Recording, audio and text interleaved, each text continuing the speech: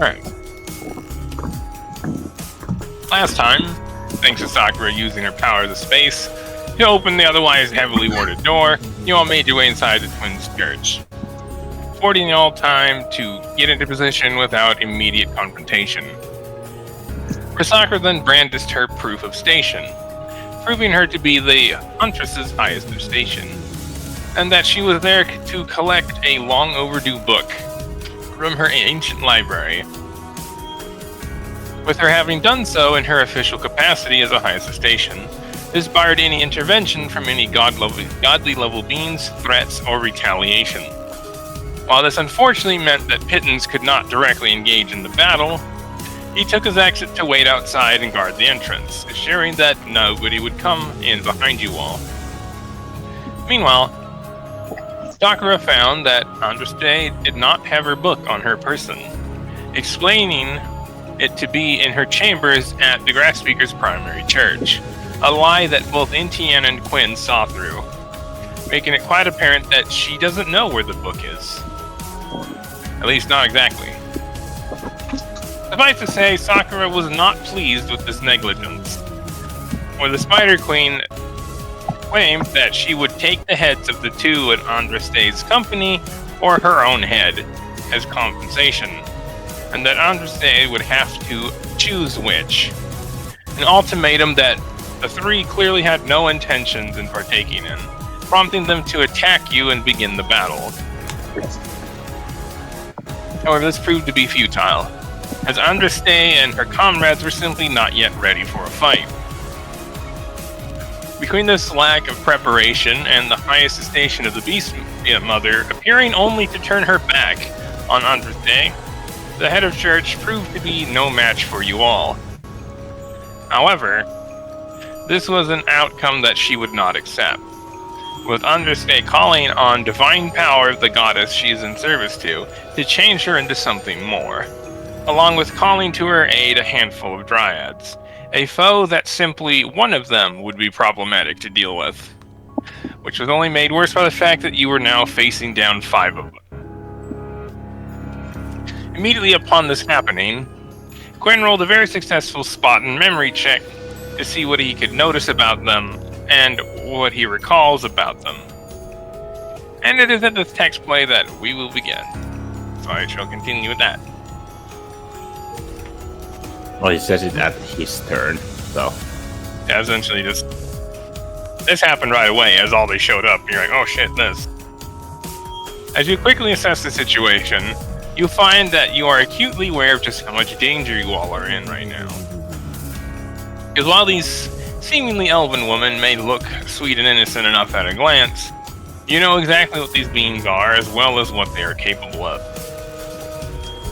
It is pretty common for your organization and House Pandora to often share information, though another perk is that House Pandora allows your field agents to set in on some lessons, particularly those that cover the more troublesome or dangerous extraplanar beings that could be realistically encountered in the field. You recall well the lesson on dryads that you were allowed to sit in on some years back, and that while they are certainly one of the more reclusive encounters than that an agent might have, they are also potentially one of the most dangerous fey creatures that can be found on the prime material plane, though not for obvious reasons. Dryads are not particularly strong or fierce. In fact, they are quite peaceful.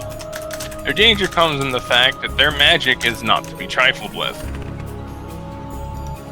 and that while they are one of the more reclusive fey creatures, they're also very curious about mortals, mortal men in particular, who they will attempt to coax to come to their oak tree that they are bound to with the intentions of making the man her love slave.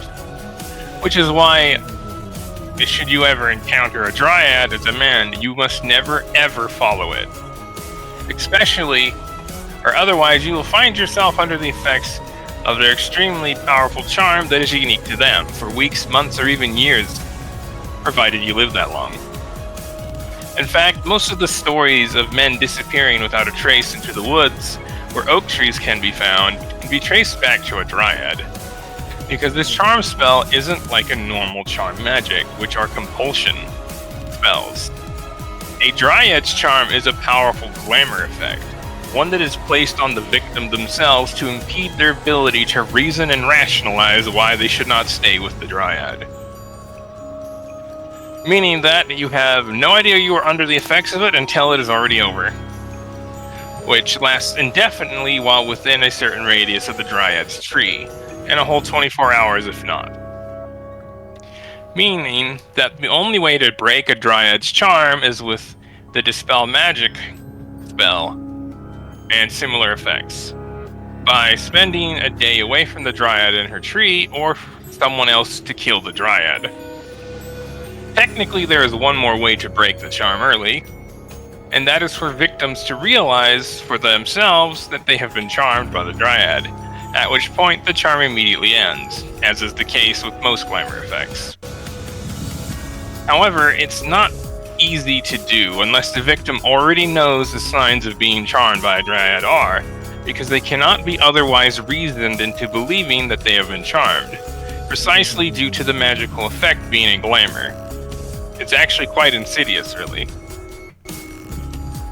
Dryads are, for all intents and purposes, sirens of the forest. Only that they don't actually kill you, at least not on purpose anyway. Because like most fey creatures, they aren't exactly known for their ability to care for mortals. And therein lies the danger.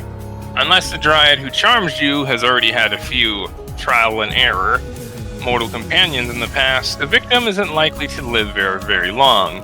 A few days or weeks at best, until the Dryad realizes that the mortal coil cannot survive off of nuts and berries alone, and certainly not the amount of food found within the radius of the tree. Innocent monsters are what they are often described as, because they do not intend to do any harm. They're just very lonely, as they cannot wander far from their tree without quickly dying. This is especially true if the Dryad has already had the companionship of a mortal man once before, in which case they become nothing short of an ambush predator, one craving the feelings of attention and companionship that they once had, which is why Pandora eliminates any Dryad that they happen to find, as they are just too dangerous to ignore, which can put the organization a bit at odds with the Grass Speaker, as Dryads here in Diotethys are almost exclusively born from the souls of old orchid trees. In other words, Dryads born from oaks are very similar to unicorns in the sense that they are actually minor gods, born from the planet itself, who, unlike unicorns, are in service to the god of nature. Which is precisely why their magic is so absurdly powerful for how physically weak they otherwise are, as Dryads aren't exactly known for their strength or resilience. In fact, actually killing them is not too difficult, in theory, because their physical bodies are relatively frail for most fey creatures, having little to no protection beyond their inherent bark skin, meaning that they're only just barely more durable than the average mortal coil. It's just a matter of enduring their magic long enough to actually physically harm them. However, though, you have a sneaking suspicion that it won't be that easy with these ones. Though, speaking of, you notice something about one of the Dryads to the south, which unlike the rest who are clearly eyeing you, Biggs, Intiana, and Wandering Wind, it actually has its sights on Ruby. You vaguely recall something about if you encounter a Dryad who has taken an interest in mortal women, run. Because get as far away from it as you can, as quickly as you can. You initially did not recall exactly why, but with a bit of a help from a bias of time from Biggs in hopes that you might notice something that he missed, you recall a detail that you didn't think too much about at the time of learning it, as it didn't really concern you and would not be relevant for you other than be sure to stay away from these ones. The reason for this is that Dryads who show an interest in mortal women are the real monsters, because they have entrapped so many men over the course of their long lives that they have effectively grown bored of them, and have started to seek out companionship in the fairer sex, to entertain them and keep them company. Meaning that, individual characteristics aside, despite this Dryad having little visible difference from the rest, its behavior is the indicator. which is that this one is much, much older than the rest, and therefore much more powerful. It is also likely to be more ruthlessly efficient than the others, from having killed so many mortals already. Alright, and then we begin at the top of the round. Serial killer, nymphomaniac. Oh, you know, just a fake creature. Yeah. So, Big stows his rifle before just running the fuck down here, grabbing Wandering Wind, who's kind of like staring at this one in front of her, and he's like, snap out of it! Like, slaps him in the face. He's like, oh! Already. And Big just like runs the fuck up here. He's like, unless you want that to be the last slay you ever have, get out! Sin fucking Doriorano disapproves. Cinephone especially. So yeah, Big gets Wandering Wind the hell out of the danger zone. Because these things have to be close to Charmio, and you don't want that. No. You very much don't. Alright, so Olivine's turn. She holds out a hand to the three below her, as spinning silver clocks appear over their heads, which begin to slow down. Slower and slower. Before it then shatters over Dryad 2's head. And then, with Dryads 3 and 4, a white shell forms around them, which then shatters, causing the clocks to also shatter. Sophia then speaks up. The church is protecting them. They can't do that often, though. Okay, so it's... Huh. Oh, they have leg res. That's troublesome. Can you put... on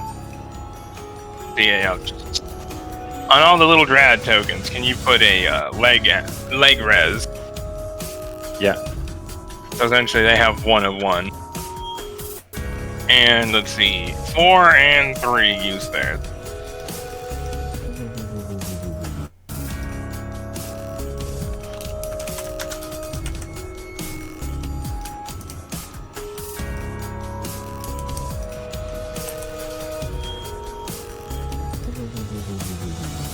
Is Intian on his broom currently?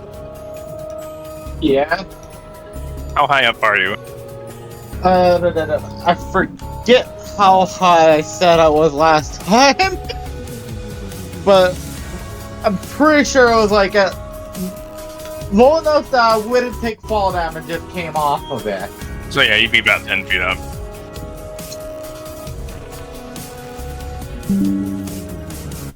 High enough that you can catch yourself, like, on the ground without getting hurt. Alright. So Olive then kind of, like, backs up a bit.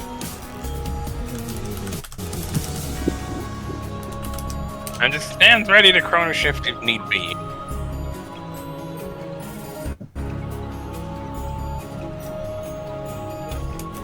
And that ends her turn. And I believe Quinn. Yes. That comes down to you. You're next. So he kind of just looks around, looks at Wandering Wind and Biggs like, well, that was fucking fast. And he goes like, oh, for the love of everything unholy, and Asmodee's that left ass cheek. Then he shoots out his hand, getting everyone's attention. Ruby, get and stay the ever-living fuck away from as far as you can from the one looking at you. That was an exceptionally old Dryad. Magic is somewhere likely in the mortal spheres of 7th or potentially even 8th level magic. Do not let that thing get anywhere near you. He takes a breath as he continues with a loud and clear voice. Everyone else, focus down the one-eyeing Ruby. Avoid and resist their spells to the best of your personal ability, and if anyone gets charmed, snap them out of it as soon as humanly possible.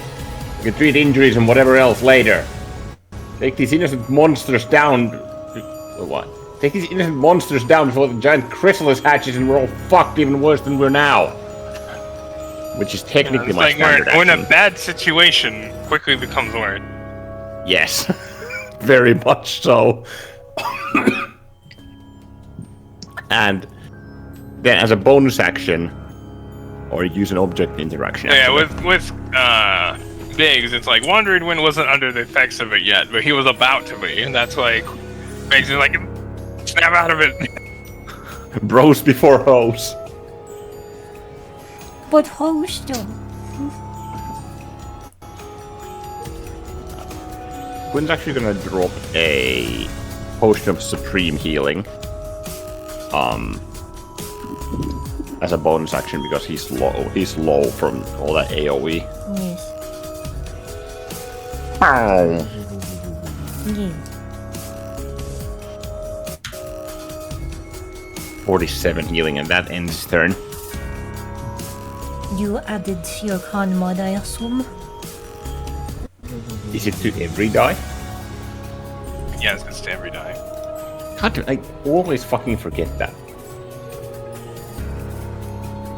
Which would Yeah, mean since we changed potions to essentially add that like every die, which makes them pretty effective. It's also essentially we made potions more rare in exchange for it. yeah, because they're really strong now. That's 67 in fact. Yeah, because before like potions they didn't fucking heal for much. No, You heal no, they for didn't. 6 damage. Like, Yeah, it's like you drink a Potions potion, were- you heal for 5. beforehand, potions were, okay, it's a way to pick somebody up if they're down, because you only need one. Yeah, pretty much. And as far as active healing in combat, outside of the supreme healing potion, the rest are just kind of suck. Yeah, so like, yeah, Like, they they- pretty much They're suck. better than, they were better than base heat level healing word, at least, but that's not saying much. Well, yeah, to healing say word, that you they're use the better than a 50 block. first level spell, that's really not saying much at all. Sorry, go on 5. No, I just said that it's like healing. That's not healing word's purpose, but yeah, it's bad. Yep. It excels at its intended purpose of bringing somebody out from unconsciousness while still maintaining momentum on your turn. But other than that, the Oh. healing itself. Oh, you watch?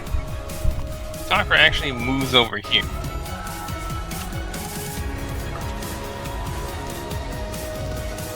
Sakura approaches Dryad Guardian 5. Apparently in no rush as she begins to talk to it in an almost playful tone as she does. And Dryad have met their match, haven't they? Haven't they? With the handling one having shined a light on you, I can now see you for what you really are. Which is someone who enjoys killing just about as much as I do. Though I must say that it is quite refreshing to not be the only bloodthirsty abomination in the room for a change. Though I suppose bloodthirsty is more literal in your case. Sakura then dons a knowing smile. Isn't the that right? vampire? Erupted one. Nani? Fucking vampire? Oh no, much worse.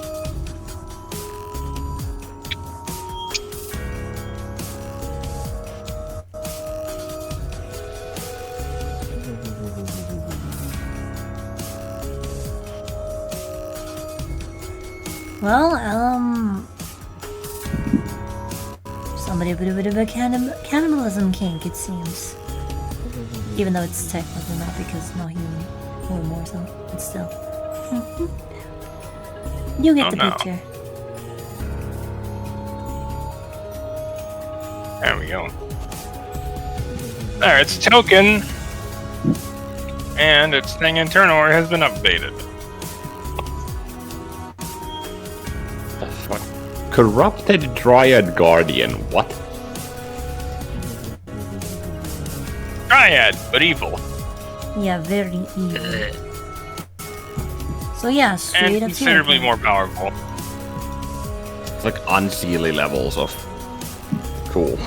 Yeah, where is it? Oh, upon Sakura finishing, you all watch as the form of the Dryad in front of her flickers a few times, before then stopping. And as it does, it appears that nothing happened, nothing changed at a glance. Though two key differences become immediately apparent. The first being that her hair is more disheveled than the rest, and the second that her eyes are now a deep blood red color. Ugh. Meaning, the Dryad herself dons an almost amused smile that is more than a little unsettling.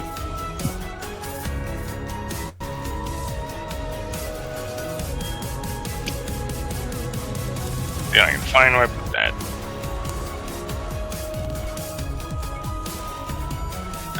And that is their token.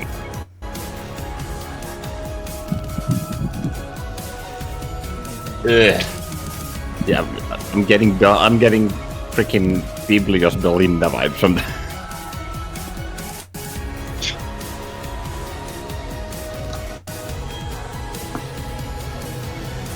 And with that, Sakura ends her turn.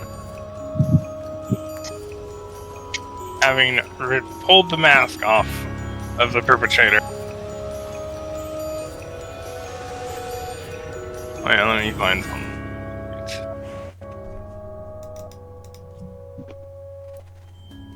Find my way back to the... There we go.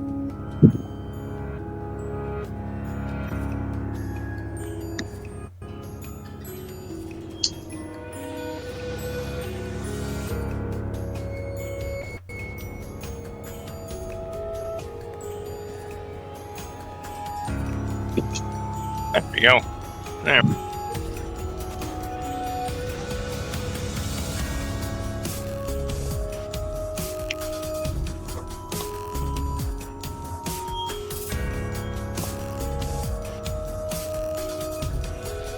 I had a dater token.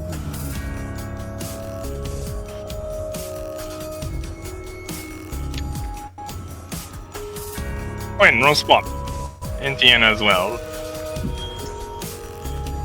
Quinn, roll spotted advantage from your angle. Who's the advantage one? Quinn. Because he can see pretty much everything that's going on from up there. And don't forget you have at my 15. Yep. And +5, yes. Oh yeah, that's a 23 on my end.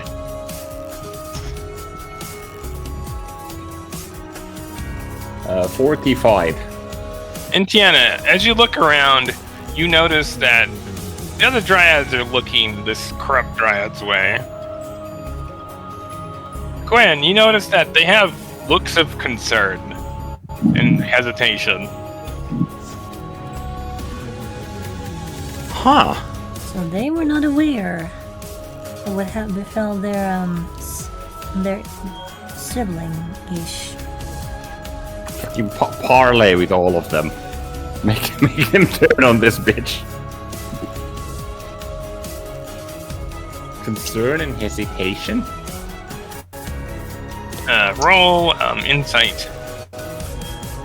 It's like are they concerned that it should like fucking eat all of them?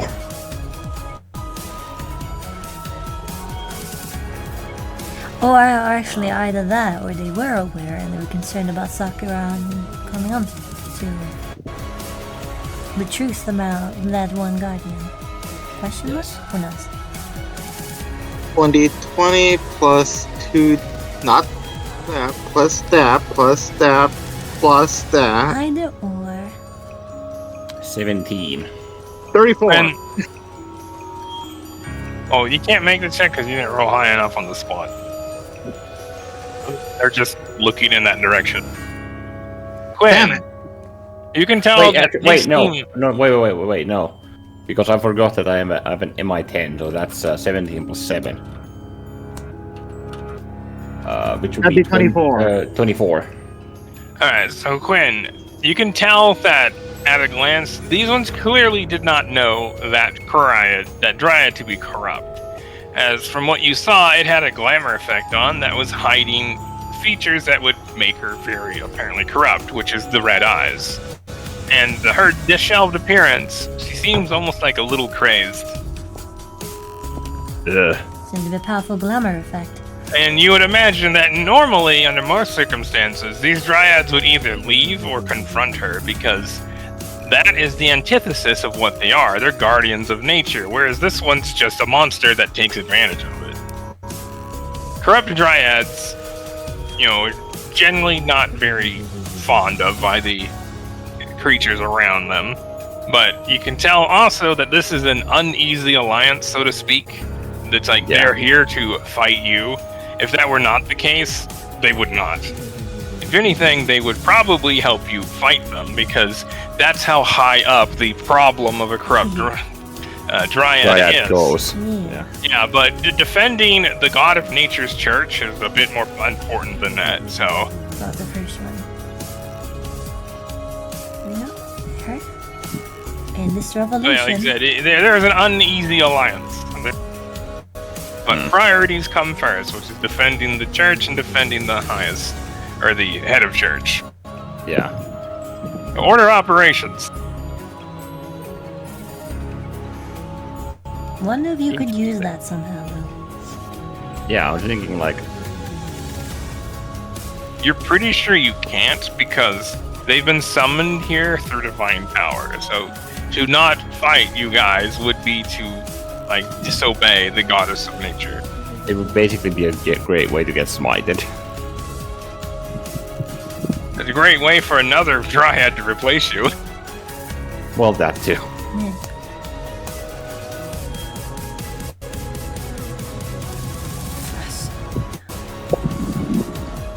Speaker's like, I'll just find another oak tree. Congratulations, you're promoted.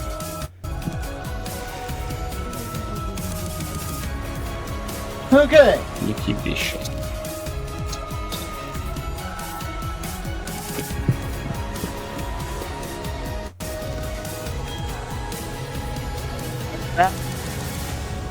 Tucker ends her turn. Indiana, you're up. Now I'm a roll in intuition here, just to try to figure out where to place to just verify the priorities here, because I am concerned about the big chrysalis, but I'm also concerned about this mess. So to be clear, you're trying to intuit how to best to proceed from this point. Yeah. 16. You forgot a thing. Oh, Drop 21. Always plus 5. Oh, you take a look around. You find that this was a bit of a tough call. But you know that these beings are extremely dangerous, and there's not a lot of you. So if they manage to charm one or two of you, you're fighting an uphill battle, wind in your face. Yeah, I just hope this won't bite me. I just hope that we'll be able to deal with the big thing after then. Also, you suspect that they probably aren't just going to let you attack it. Yeah, that's my main worry as well. I think that it's a great way to get them all to focus on you. Worry what's in front of us right now. Well, laptop is being dumb, but I threw him over to that fucking corrupt one and evolved on it with the MP18. How close are you getting? Well, I'm getting a height advantage and of 20 feet or whatever above the thing. Remember, I'm throwing all.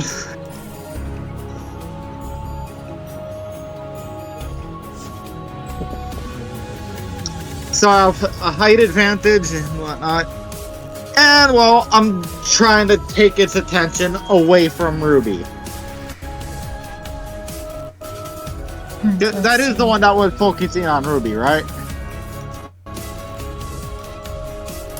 Or am I thinking of a different one? Yes, that's the one. Alright. Indiana, make a strength save. About 10, 15.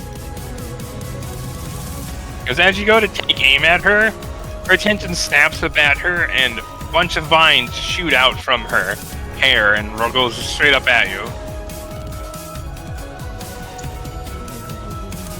21, because I forgot to add the +5. You'll find that as this dryad grabs you, there's a lot of power behind it, and then she just flings you to the ground. And you just crash to the floor. You're now prone. Jesus. And unfortunately, that ends your turn. And you realize that this bitch has some range. You imagine they all do, but essentially she grabbed him and the broom with vines and just threw him to the ground. That was attack opportunity plus something that they can do. Damn. So yeah, they can make attacks of opportunity at range.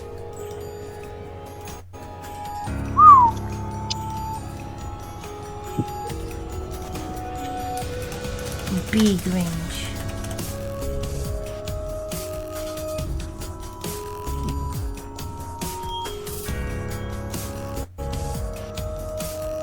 Alright, let's see.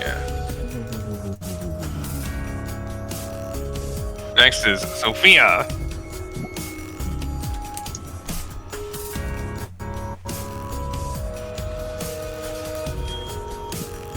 Seeing that thing is clearly a problem.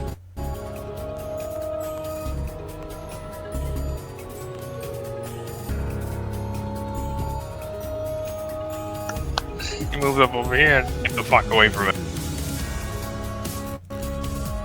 She then takes her rapier, points it at the dryad. As two quick little bolts of lightning shoot at her and at the dryad. Pew pew.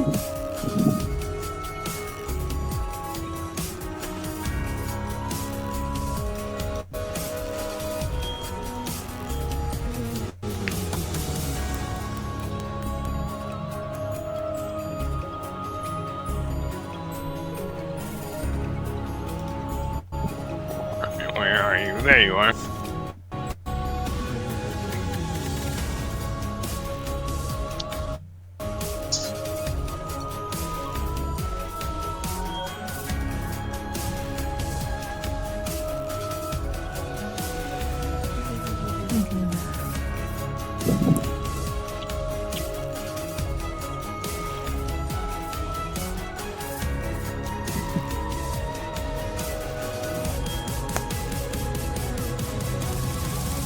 Alright, there you are.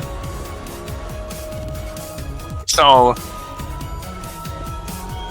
as she shoots at this dryad and hits her, you notice that around her feet begins to glow white briefly. And the attacks hit the dryad and they don't do nearly as much as they should have. Sophia then speaks up. Well, that's not good. They are being protected by the church. Though they can only draw on it so frequently. So in other words, they are having damage reduction from the church, and it reduces it by a lot. Fuck. It did not take much damage from that. Yeah. Although its counter went down by 2. What was that, 4? It went down 2 from 2 hits. No, but like, was it dried 3 or 4? Dried 5. The corrupted dryad. Oh, right, this one. That's a 38. Okay. Fix it here as well. 43.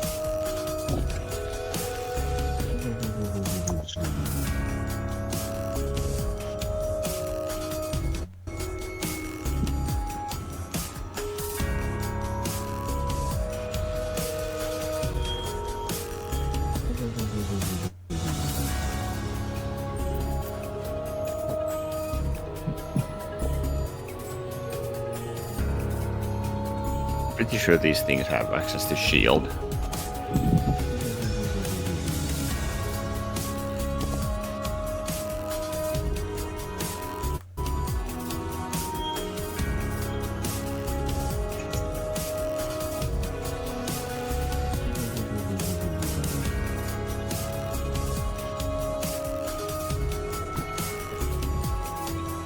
Alright, let's see here.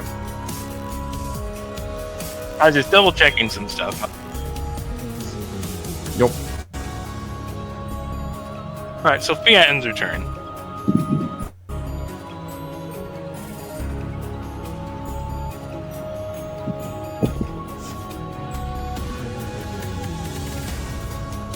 So, this one walks up to Intiana.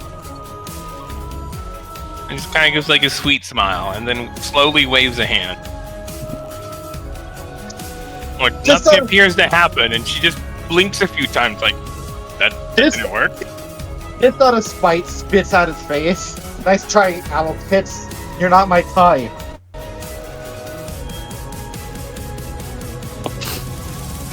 Alright, Wendell, Robin, Sophia, and Quinn. Make a dex save.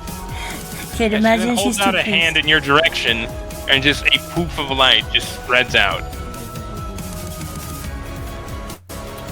Can't imagine she's too pleased about that response. Of sparkly light. Well, these ones aren't monsters, so if anything, it seems a little disappointed.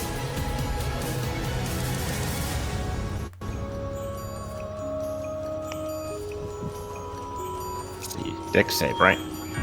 Yep.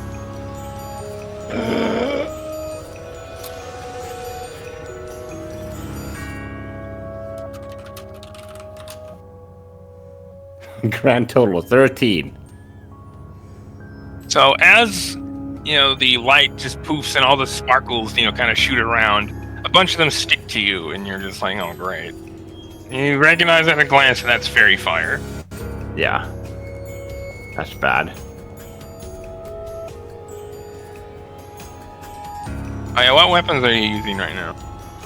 Right now he's holding the BBB. Let's see here.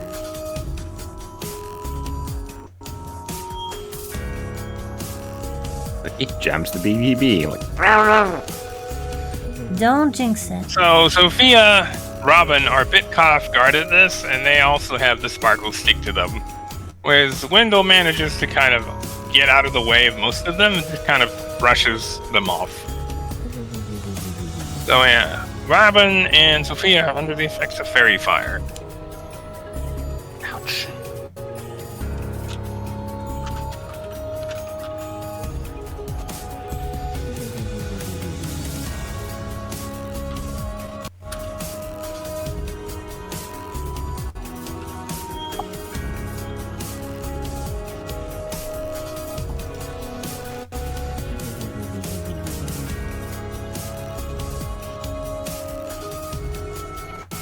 Let's see.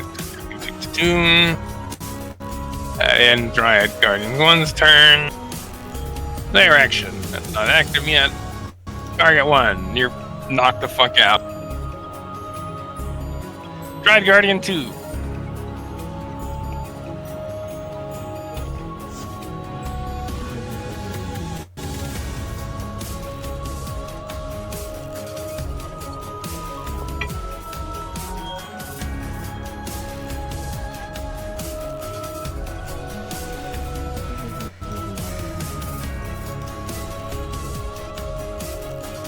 Fight from She fear. stepped up over here before vines lash out from her and begin to attack you, Intiana.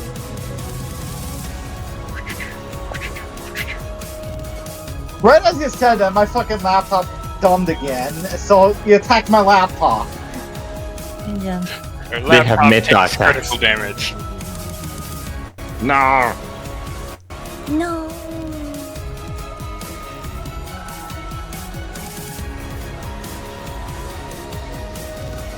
What's Intiana's AC? If I can get my thing so I can actually check there. 20. So with the first lash coming out at you, you manage to kind of roll away as it just smashes the ground right where you were a moment ago. However, the next one cuts across your back. And you're just like, damn, that stings. Although as you're trying to get up to your feet, one slashes you like the side of your neck and arm. And it fucking hurts. Oh, I'm gonna throw a fucking blade ward on this shit. Alright, let's see here. Where are you? There you are. I have all the copy pasta for the stuff.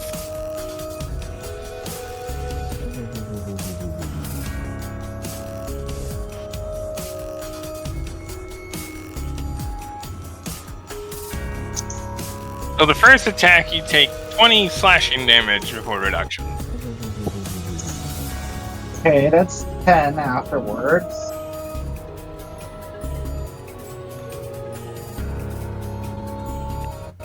There you are.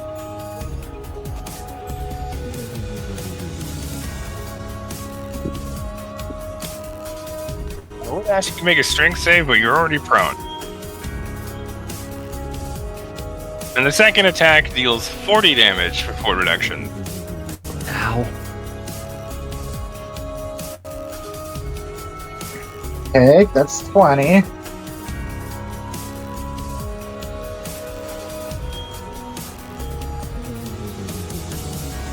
And then begins to mosey on over towards the direction of Biggs and Wandering Wind.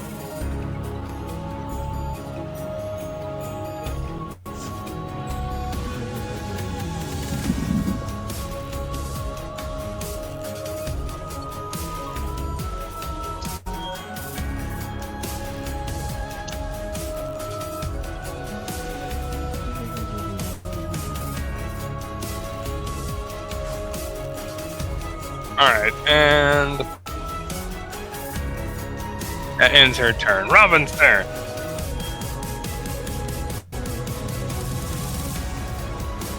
Who takes aim at the corrupt guardian, seeing that it is very problematic. Actually, no, she's right next to that one. Choose first and move.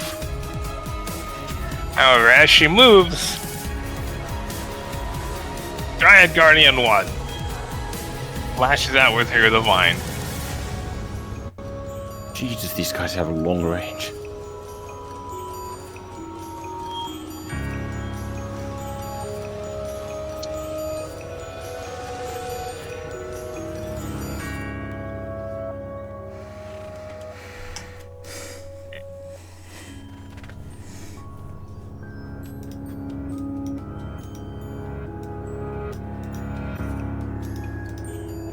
I forgot to hop to it.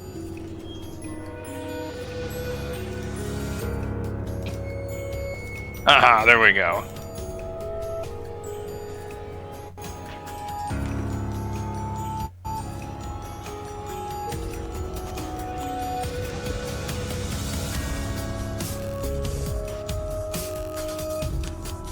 Forgot to pin my sheet. There it is.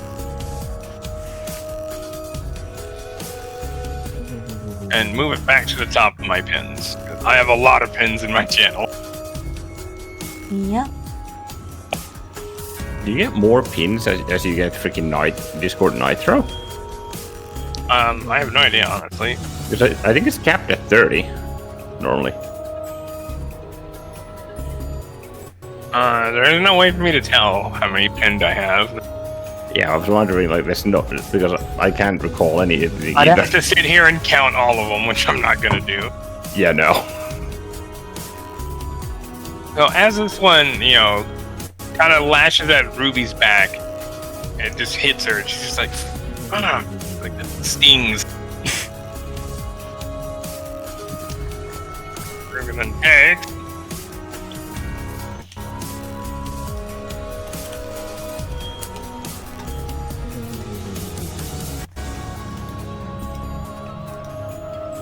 $16 damage before reductions. So she uses the power of her fancy new jacket to reduce that. Hey, Nice.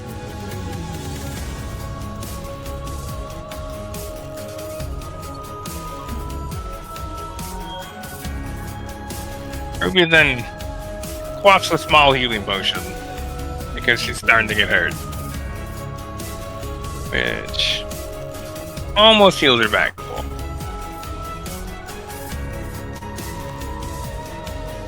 Very nice. He then takes aim at Dryad. Guardian 5. Fires 2 shots at it. Or the corrupt one. Yeah, the corrupt Guardian.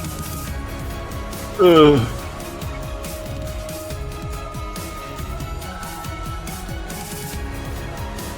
So the first shot she takes at this thing, you like look at the Dryad guard, the corruption guard. I can English. The corrupt Dryad kind of notices her aiming, and then she kind of like manages to block the shot with a few refines. So the next shot goes clean through her defenses and hits the Dryad Guardian to the side. And once again, the ground below her glows with a bit of divine power before then fading, and she doesn't take nearly as much damage. And let's see here. Where are you? Anyway.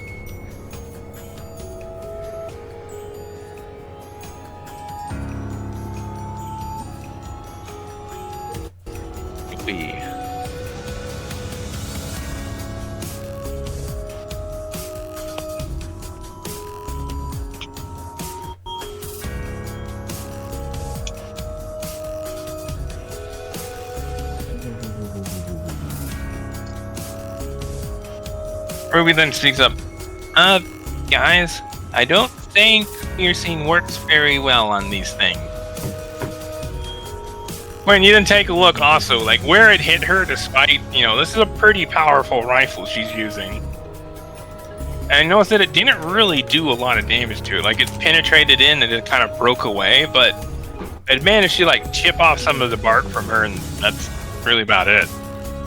Yeah.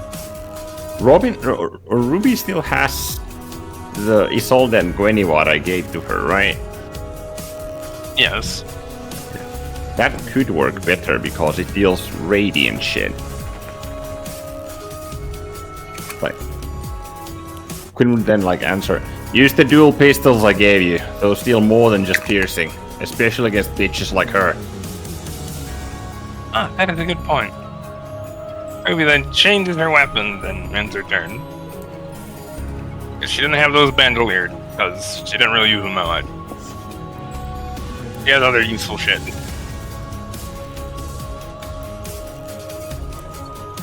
Fucking all of my damage types are countered except fucking Amarsha. I should go more. I should go fucking. I should go fucking melee with this shit.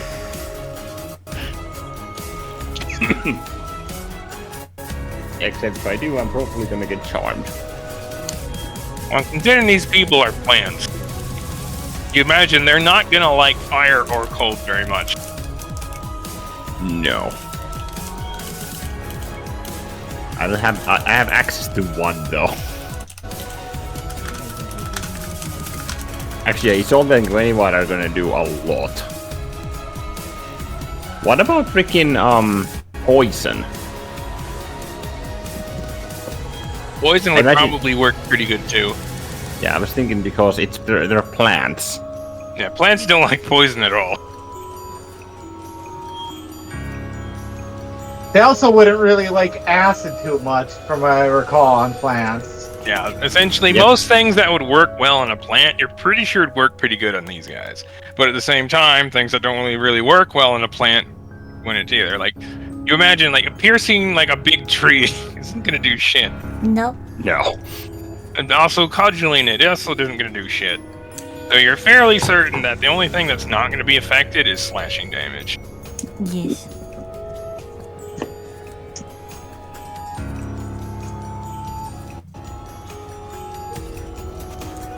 So they have the resistances, but they also have weaknesses.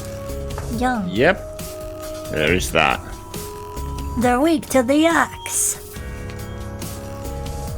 I Axe could beats go with all. fucking Amarsha and just beat the shit out of them with the smites from that thing, but because it's cold damage. Indiana, roll memory.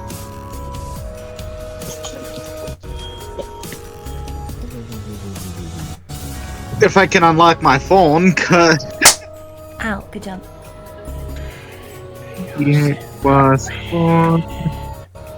23. Because I definitely didn't forget to add +5. Alright. Roll 1d18. Wait, no, 1d16. 14.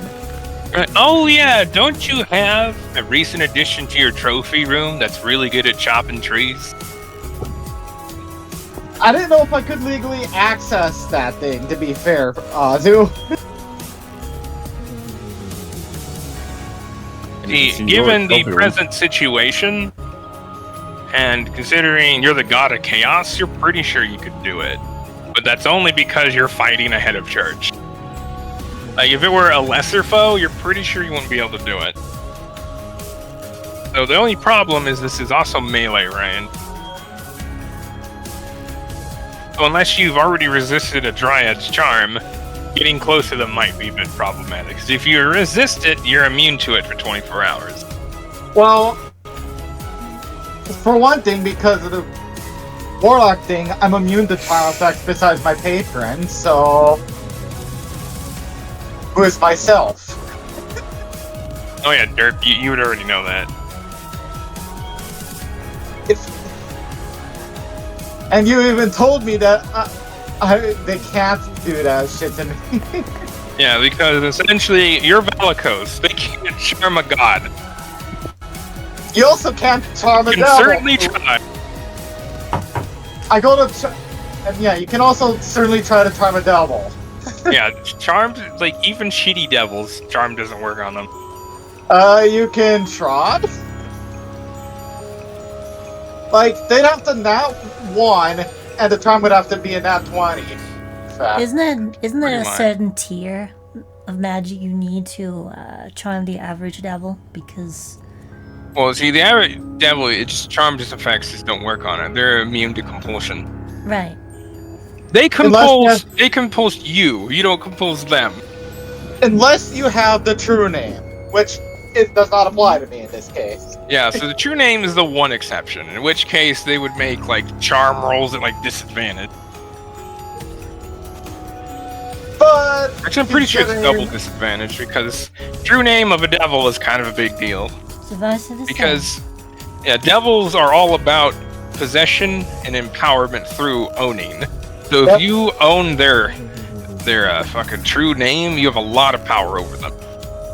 Which is why, at least when Val did before Val got the whole copy, so I put the contract that while you're contracted to me, you can in no way use my name against me, and after the agreement's been done, my name will be stricken from your memory.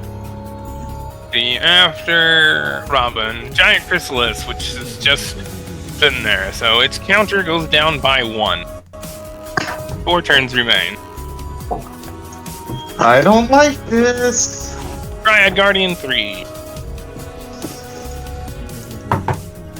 Also attacks Indiana, because he's right there.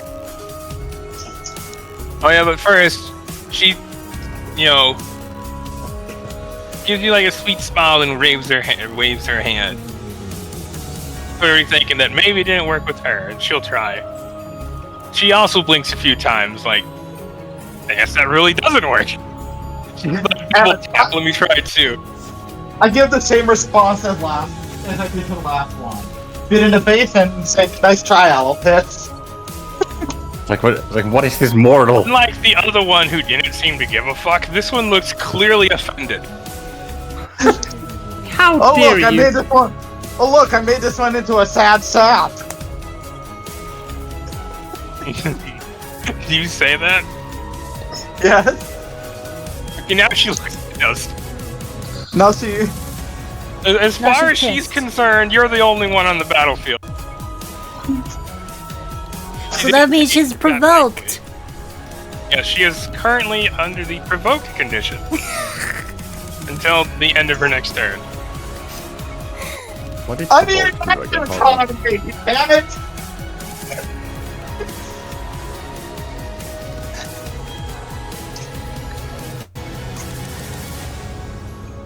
Let's see, where are you? There you are. Yay for clips, pins, and shit. Hey, Dublin.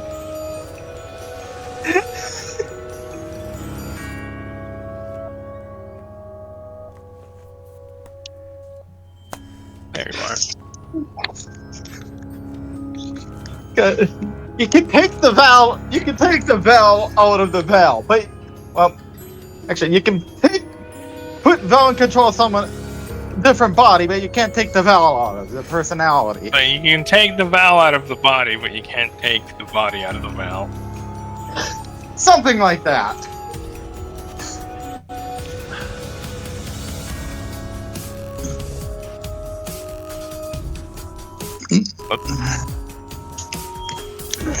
Keep high, low one. Yes, that's how That that was works. So she lashes out vines at you, and it just hits you across the back. Before then, she aims another one at you, and she just completely misses. Clearly, in her anger, she's not thinking clearly. Though with the third attack, she manages to slash you across the leg. And between these two attacks, you take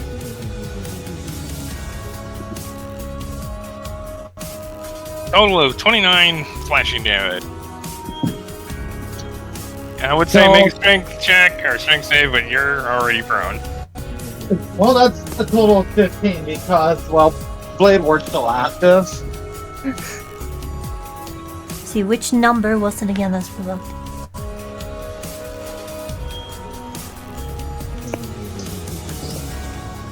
He holds out a hand as vines begin to just form all around you and grasp at you. Make a strength save. At disadvantage because you're on the ground.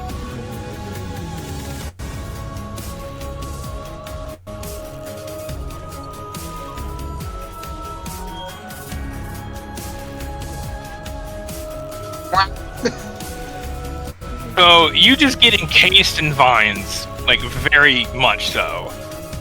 You are restrained. You are very restrained.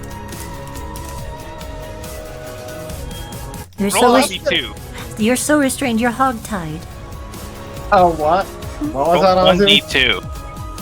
Oh.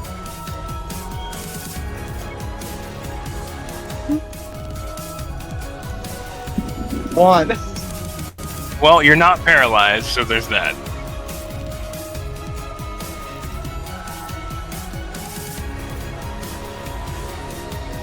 And let's see, that ends Guardian 3's turn. Daisy. Who's right up against this one. Seeing as it just already made an attack, she kind of moved away from it. I claim moral victory over this one because I got such a reaction. Wendell then takes aim with her weapon and proceeds to shoot at it up once Three. with the FRM1. She's starting to get a little low on ammo, but she still has some.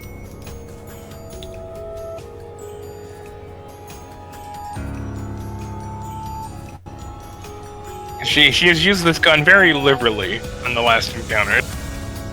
Yep. Very much so.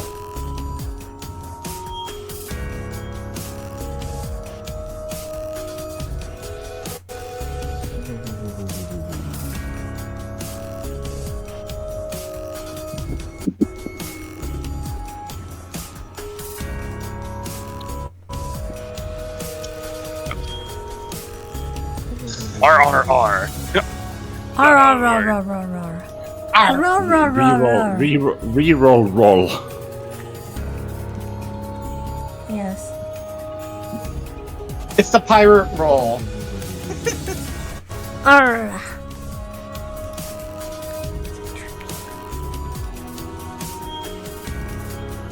Oh, Wendell It's centrifugal. proceeds to just shoot at her and just unload this weapon into her. Gee.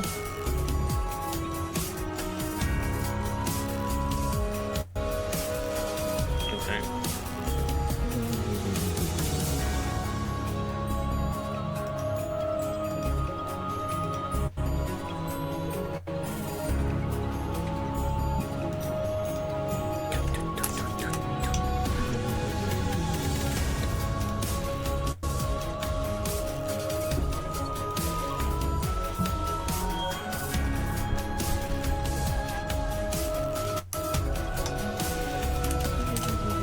And after her initial spray, she very quickly just kind of like taps the weapon as the magazine falls out and very quickly puts the next one and proceeds to shoot some more.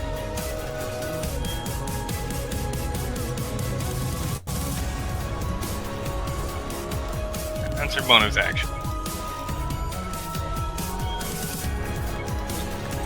Wait, what did I just copy? Other than crack. Good job.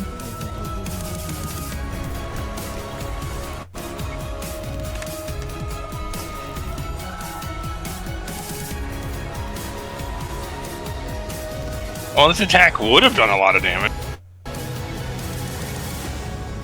So as she proceeds to just spray this dryad with bullets, the feet, or the ground around her, begins to glow white. And the attacks don't really seem to be all that effective as far as damage go, but it's very quickly beginning to overwhelm the divine power protecting her.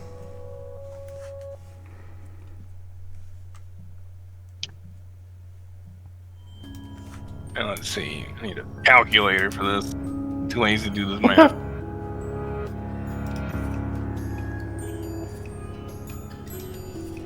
Lots of numbers with this weapon.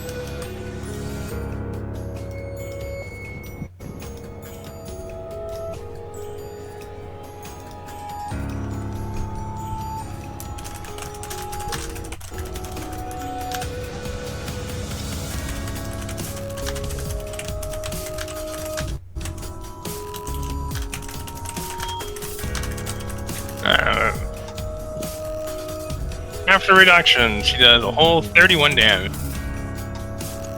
Yeah.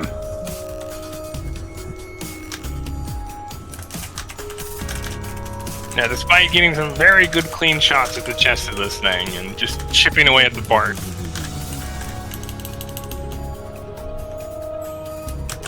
Alright, and that ends Wendell's turn.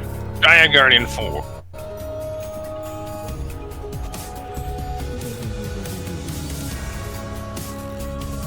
Seeing as Etienne is in no condition to do anything, she attacks him.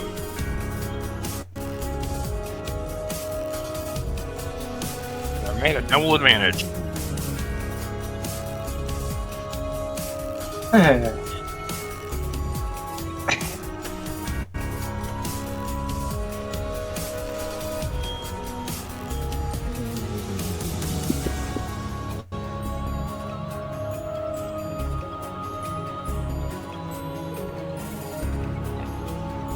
There you are.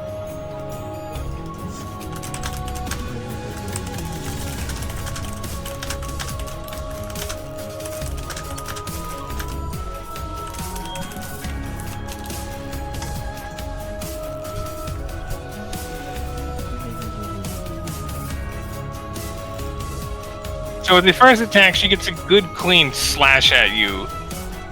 And it cuts along your side. Or two quick rapid slashes at your back.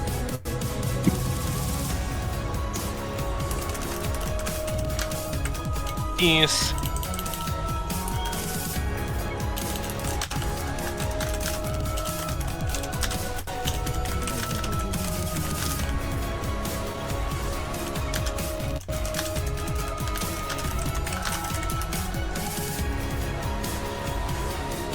Oh, before reductions, you take 52 slashing damage.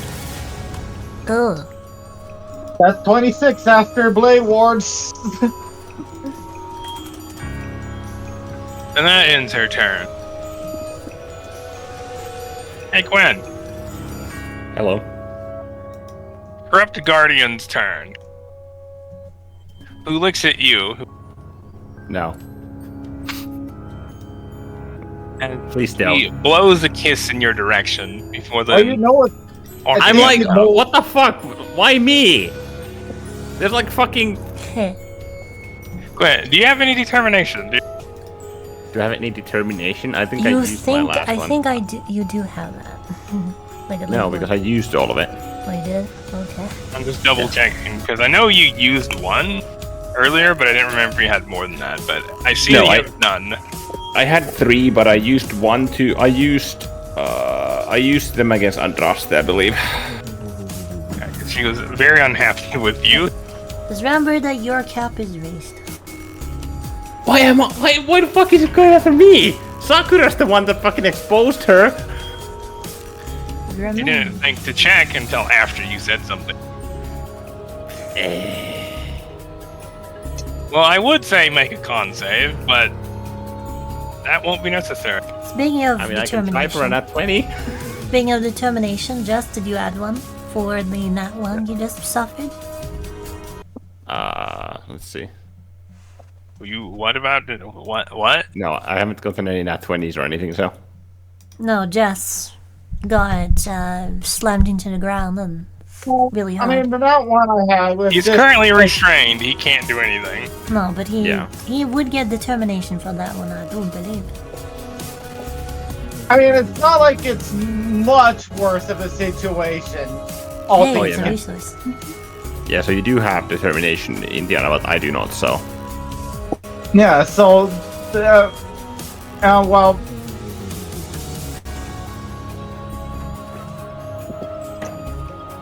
I just didn't see the situation as being, well, the determination. I would think Be restrained. determination is really nice to have in this sort of situations. Trained is not much worse than my current than the state I was already in, so I didn't use. Yeah, Marsha can't help me either. Alright. What happened? Do I get sent into the fucking Fey realm again? Like a fucking oath to like in goddamn rewrite?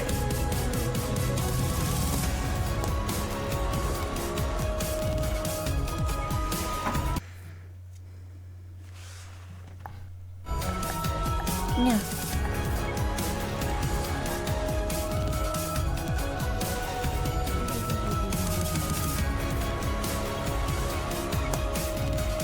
Alright, so as this happens, and she begins to just kind of walk south, Quinn, you feel as if your body just begins to just bleed. And you have cuts begin to form all over you, very rapidly gashing open. Ah! Ooh. And you feel excruciating pain before everything goes dark. You take What the 166 necrotic damage that is destroyed.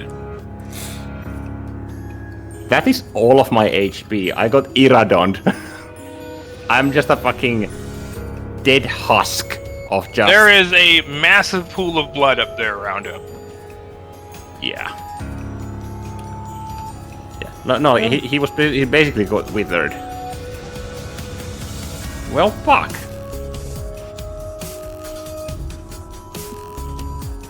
Let's see. Minus... Well, There.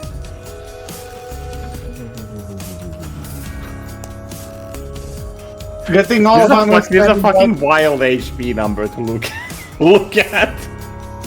good thing all of them was standing by the chrono shift. So Hopefully it this works. dryad just smirks before then walking south and just eventually just walking through the wall. But it went through the wall? Yeah, there's a big wooden wall. She just kind of seamlessly went through it. Of course. Fucking hell hath no fury like a woman scorned, I guess.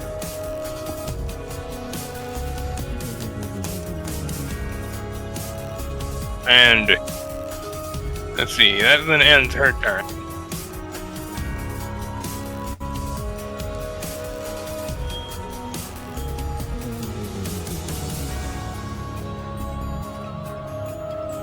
Alright, so church action. Everyone inside the church is healed, the enemies, but no one's hurt, so nothing happened.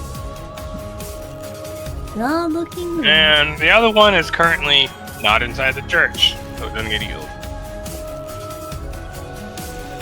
Well, sort of. Well, It's not inside the walls of the church. Hang on, do I know that that one left the church? Because if so, I could, but since that one's outside the church, Pop technically could do something about that one. make a sanity check as you try to determine what the fuck they're doing. Because technically, outside of the church, Pop could do something.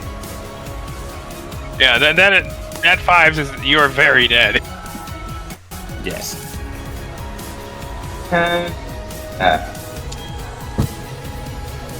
D8 plus 1d4 plus 7. Wait, no, that is the right mark, right? Big old pool of blood over there.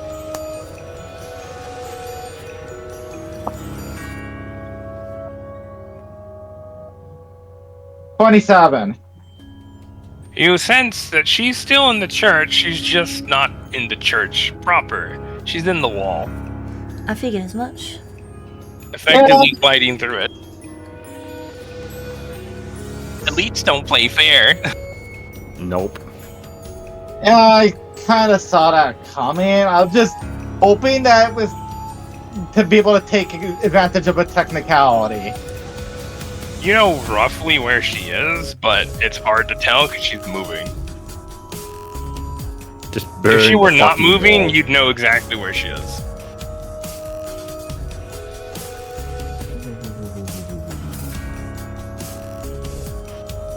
Oh, Wandering Wind's turn.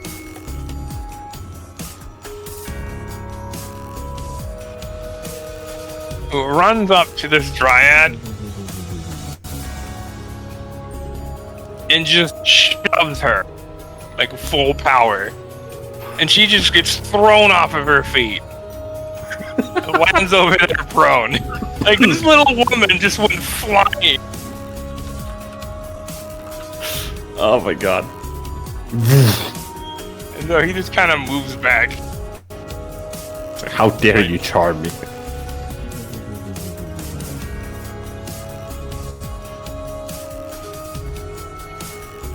Let's see, and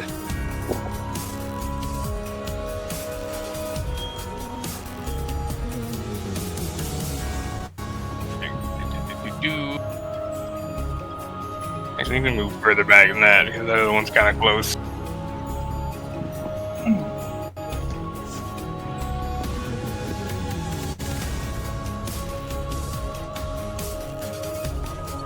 Bonus action. Get himself True Strike. And that ends his turn. Bella's turn. I would say look out in Tiana, but fire doesn't do much to you, as Bella holds up a hand. There's a big ball of fire forms, and she shoots it right in the middle of the 3 to the south. I don't suppose I still absorb fire, do I? No, you just have, I believe, fire resistance. Yeah. Which gets quartered because you're currently covered in vines, so you're not getting washed over by fire. For all intents and purposes, you have resilience to fire right now. Considering the state of my health... Well, actually, I don't think... Never mind. I was going to say something, but I wouldn't be able to do any... that wouldn't do anything anyway, so never mind. Disregard me.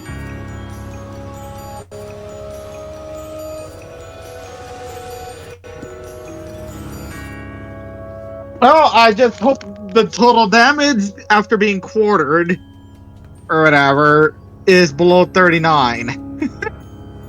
So, as fire just erupts in the middle of all these guys, these dryads don't look too happy about it. as it just kind of like burns away parts of their like bark and like singes their hair, and they're not that happy. Though beneath them, the church's floor begins to glow white and doesn't do nearly as much as damage as it would have otherwise, which would have been a lot.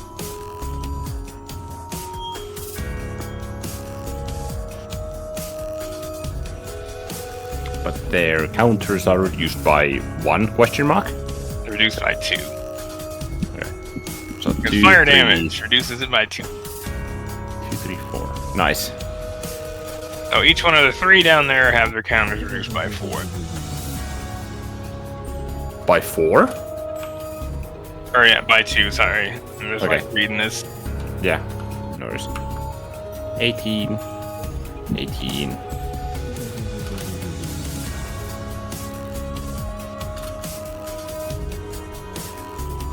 Which ones are down there right now? Is it 2, 3, and 4?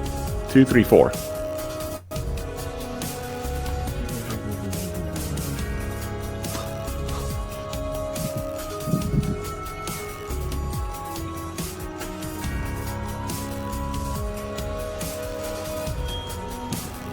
Yep.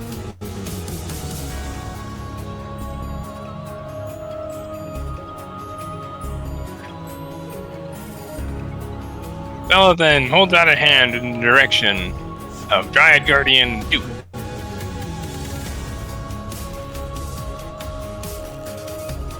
As beams of just blue energy and shoot at her.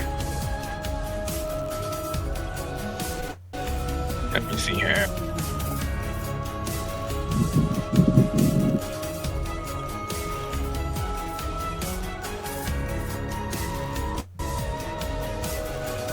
So 3 of these shots.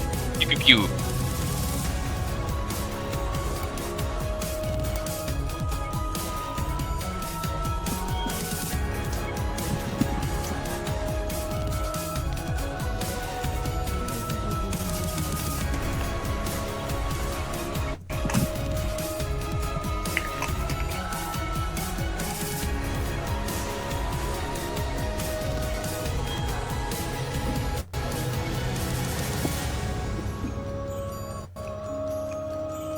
So, the first shot connects cleanly with her, and though as the beams are beginning to reach, they abruptly ignite into fire just before they hit the Dryad.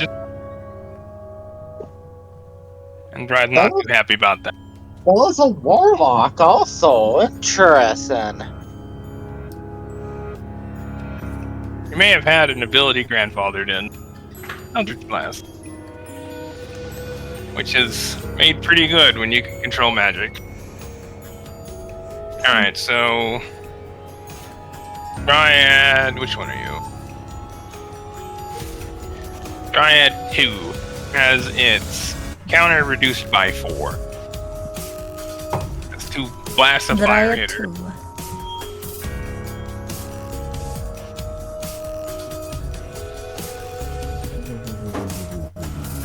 Oh, I wish you could do that abyss cold again, abyss stuff again, that abyss fire again. That would be helpful right now. By 4.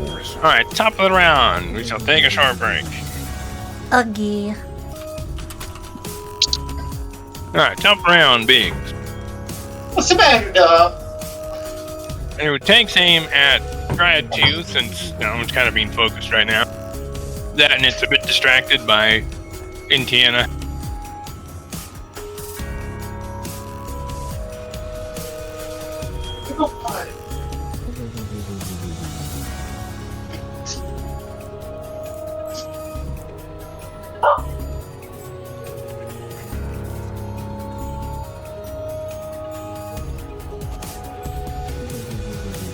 Alright, where is this at?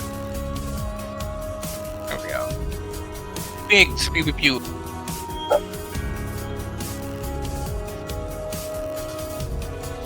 So he connects cleanly with all 3 shots. You know, each one kind of chipping a bit of bark away, but not doing too much other than that. Right, her counter is reduced by 4, as 4 shots connect into her. Is he aiming at 2? Yes, at 2. Okay. I don't like this. This is taking a bit too long. They're barely injured, meanwhile one of you is dead. Granted, it can be reversed, but still. The thing is that it's 3.5 turns and there's still 5 of them up. Oh yeah, and Divine Power shows up beneath their feet, and the attack doesn't do as much damage as it would have.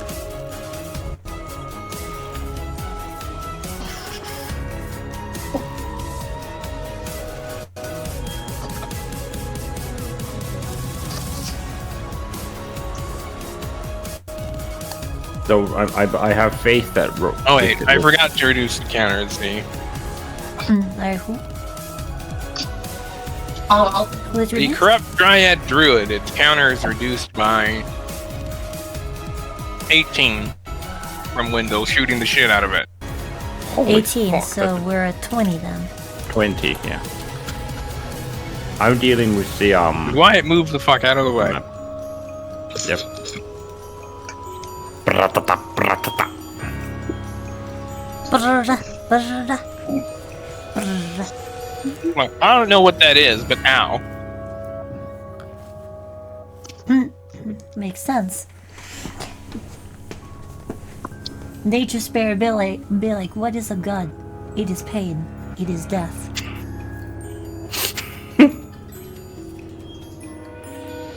What? Nothing. I was just like, that's very accurate.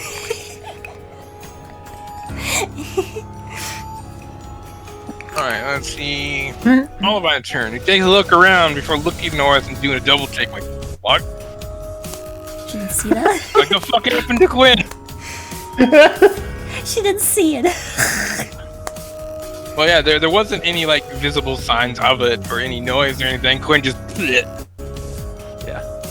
A clock then forms above Quinn, which then quickly spins backwards faster and faster as the very goushing blood body of Quinn snaps back to normal, other than that you're completely soaked in blood. Quinn, you kind of snap awake like, what the fuck? Like, what happened? And then you look, there's just gallons of blood around you. It's like, what the fuck? You're pretty sure no person could survive losing that much blood. So No. you're pretty clear what happened to you, considering you just got chrono shifted. And based on how it happened, roll Arcana at advantage. Yeah, because that's like, what the fuck? When my What the fuck entire happened to blood me? supply, when the entire blood supply of my body is just like Just oozing around the ejected floor from all me. around you. Yeah, advantage. So that's 3. Get 1 plus 3 plus D10, I believe. 28. Yeah, with one look at the damage around you and how you felt before you clearly died, that was the harm spell, but it was upcast, and you were forced to fail it. So I So basically you know, nat she one. just overpowered you with a very powerful harm spell.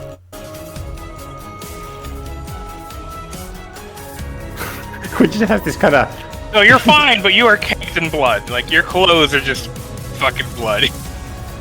cool. Thanks. I'd imagine that would be quite the experience to wake up to. Bitch, Yep. you know how irritating it is to watch this much blood on a clothing. Thankfully, we have prestidigitation, but still. Yeah, thankfully there's Presty, but it's gonna take a few minutes of Presty. I feel This is like basically Presty what Quinn would looks not like. be a smooth transition. You'd have to cast it quite a number of times. Yeah. It's like laundry duty. Presti, Presti, Presti, Presti, Presti. It's like it's magic, One- but it's not divine power. No. Yeah, you probably have to hold out on the Presty until after the church. Yes. Then you go to Presty like nothing happens. Otherwise, you'd have to spend like the next 10 turns. 20 turns. Well, I'm not gonna do it now, obviously. We're kind of in mortal danger. 40 turns. Yeah.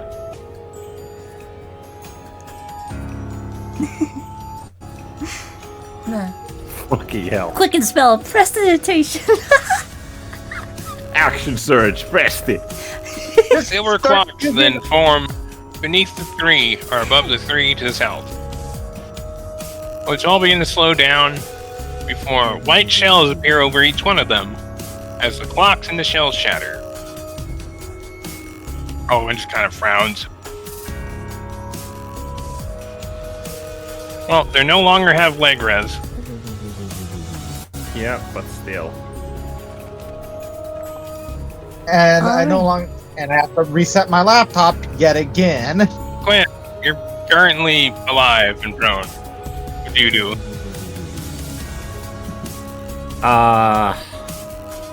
The elite is fucking gone.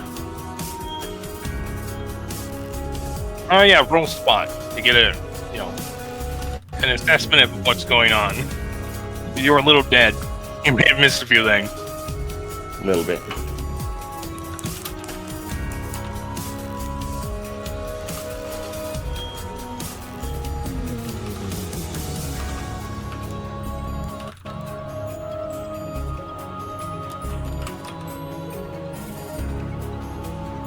Uh, 45.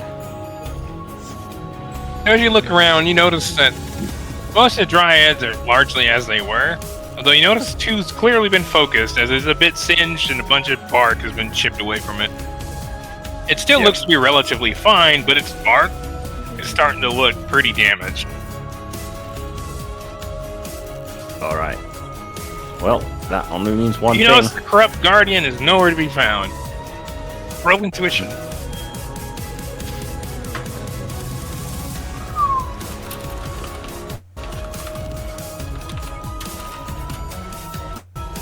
Nat 20. You immediately know what's up. You're like, okay. Dryads can meld into trees, and technically would, but normally they wouldn't do that because it's like, if it's not their tree, they generally won't. But you're pretty sure a corrupt dryad doesn't give a fuck about that and just meld it into the walls because they're made of wood. Mm-hmm. So it's somewhere in the walls. It is the walls. You're not sure when it's going to pop out or where, but considering how quickly they can move inside of trees, technically, it could be anywhere. Yeah. It's effectively like a short-range teleportation. Yep, and it's 2 Effectively. stride. Yeah. Do we have haste, by the way? Yeah, you still have haste. And thanks to it being chronomancy, you still have it despite dying. Yeah. And I don't have fairy fire because I fucking died. Yep, it faded after you died. Although... Oh, Robin and... Wendell still have We're very it. much alive. Robin and Wendell. They have glowy specks of dust all around them.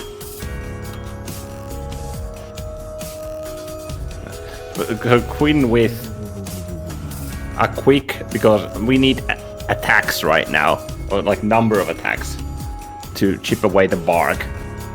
So Quinn's like stands up from a literal pool of his own blood, walks up like next to Oliver as he brandishes the freaking FRM1 and just unloads on Dryad Guardian 2. Roll tackles. As he's like walking forward. Goes up here. He's good. Yeah, I don't have fucking action surge because I had to use that on fucking Andraste, but You guys do a lot at Andraste to just kick her ass. Yep. Wait a minute. Would the chrono shift have been able to bring back far enough for that? What? Would the chrono shift have been able to bring Quinn back far enough for that? No. It was previous turn, so no. Oh, she can make it go back further, but it costs more to bring you back from death. Costs even more to bring you back from death with a destroyed body, which technically... So if someone's body is missed or literally destroyed, it takes 3 charges. Alright. So Quinn, you're thinking that Olivine can't have that many chrono shifts left. Yeah. Because she's used it, like 4 times now. And Yep. like 2 of them were to bring someone back from dead, and then that was to bring you back from very dead. So you're pretty sure she's only got a few left. Yep. 2? Are you fucking serious? 2 natural ones. At least they're at the end. Yep, that helped. I actually rolled these at advantage because you're close and it's distracted by Inchiana. Are you using So it wouldn't be that hard to hit her because she's currently provoked. Yep. Because I'm like, wait. And second thought, that close with that weapon and her distracted. No, because the number 3 is provoked, which is the one further south. Oh yeah, never mind. Yeah. So is it still an advantage or? No, it's number 2 that's provoked. No, number 3. It's one of those cocksuckers. It's a 2. No, number 3 just attacked him. Oh, yeah, no, you're right. It was. Wait, what's the turn? Because 3 is. Yeah. That's what I'm based on. Because 2 got shoved, I'm pretty sure. No, see, one attacked her. No, because 1 is up top. One's up there. Yeah. Never mind. That's 1. 2 is in the middle, 3 is to the south of her, Yeah. 4 is to the east, and then the bitch is somewhere in the walls. You take aim and you get a loud click of metal, and the weapon clearly jammed. Well, no, it's the 4th one, or 5th one, so the 4 still go through. 41, 47, 48, 37. I have to say, those hit. And they aren't critical hits because fuck. Unfortunate. Wait, don't you have a Actually, with your second round of attacks, you notice that after the, glowing beneath their feet of divine power, so that after eventually your attacks manage to break through and the bark around her just shatters and falls to the ground. She is now just exposed as a normal dryad. And she looks very dazed. She is currently stunned. Nice. Wait, how did that take 10 off? Because you did, I imagine you used 6 bullets, right? Yeah. So if you did that twice, it'd be 12. Also, with the remember with these burst things, it's 1 attack roll and then with the numbered things or whatever. No, because it's. Oh yeah, because how many it's bullets 6. do you use? Right, and then it's a single attack. Damage. Right. Okay, so yeah, but like it jams on the 5th, so I have to clear it, which is my other attack. So essentially, your normal attack, your other normal attack, your rapid fire attack, your haste attack. Yeah, so I have. So those 2 natural ones take out. Do those 2 natural ones take out 2 of my? Technically, you'd only have 1 because I think you can only make 4 attacks. I can make 5 attacks. Oh yeah, that's right. So you or wait, no, or bleh, sorry. It's 3 plus rapid fire plus haste. So 5. Yeah, you can make 5. Yes. So the roll damage for the first 4. Well, first roll damage for the first and second. Also, don't you have a crit in 17 as per your note? That is on BBB. Okay, on BBB. Gotcha. Yeah, this thing doesn't have any crit modifier. That's damage. Yeah. Damage. A marsh does modify my crit and damage modifiers, though. Gotcha. Let's see. So it would be. Let me find it. There it is. Yeah, it's 2d6 plus 8. Is this Alina you're firing, by the way? No, she went to sleep. Okay. Afogor. The noble lady got tired. So it's 2d6 plus 8. Also, as a bonus action before, I would have cast freaking Hunter's Mark. Hunter's Mark on several. Or you mark all of them. Yeah. If you can do that. Yeah, a bunch of your whatever symbol you use appears on their chest. The claw It's mark. a vulture's claw. Yeah. The vulture's claw appears on all of them. Also, another thing, because I had completely forgotten about a hunter feature up to this point, because I have defensive maneuvers, and then I have fucking hunter's eye. which give me like these little things.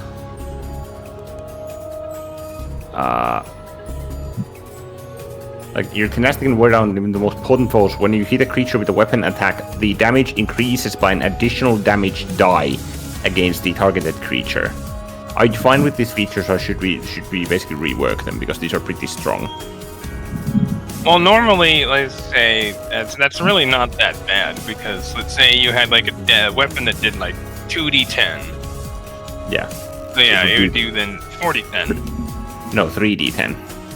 No, because the 2d10 is the weapon damage die.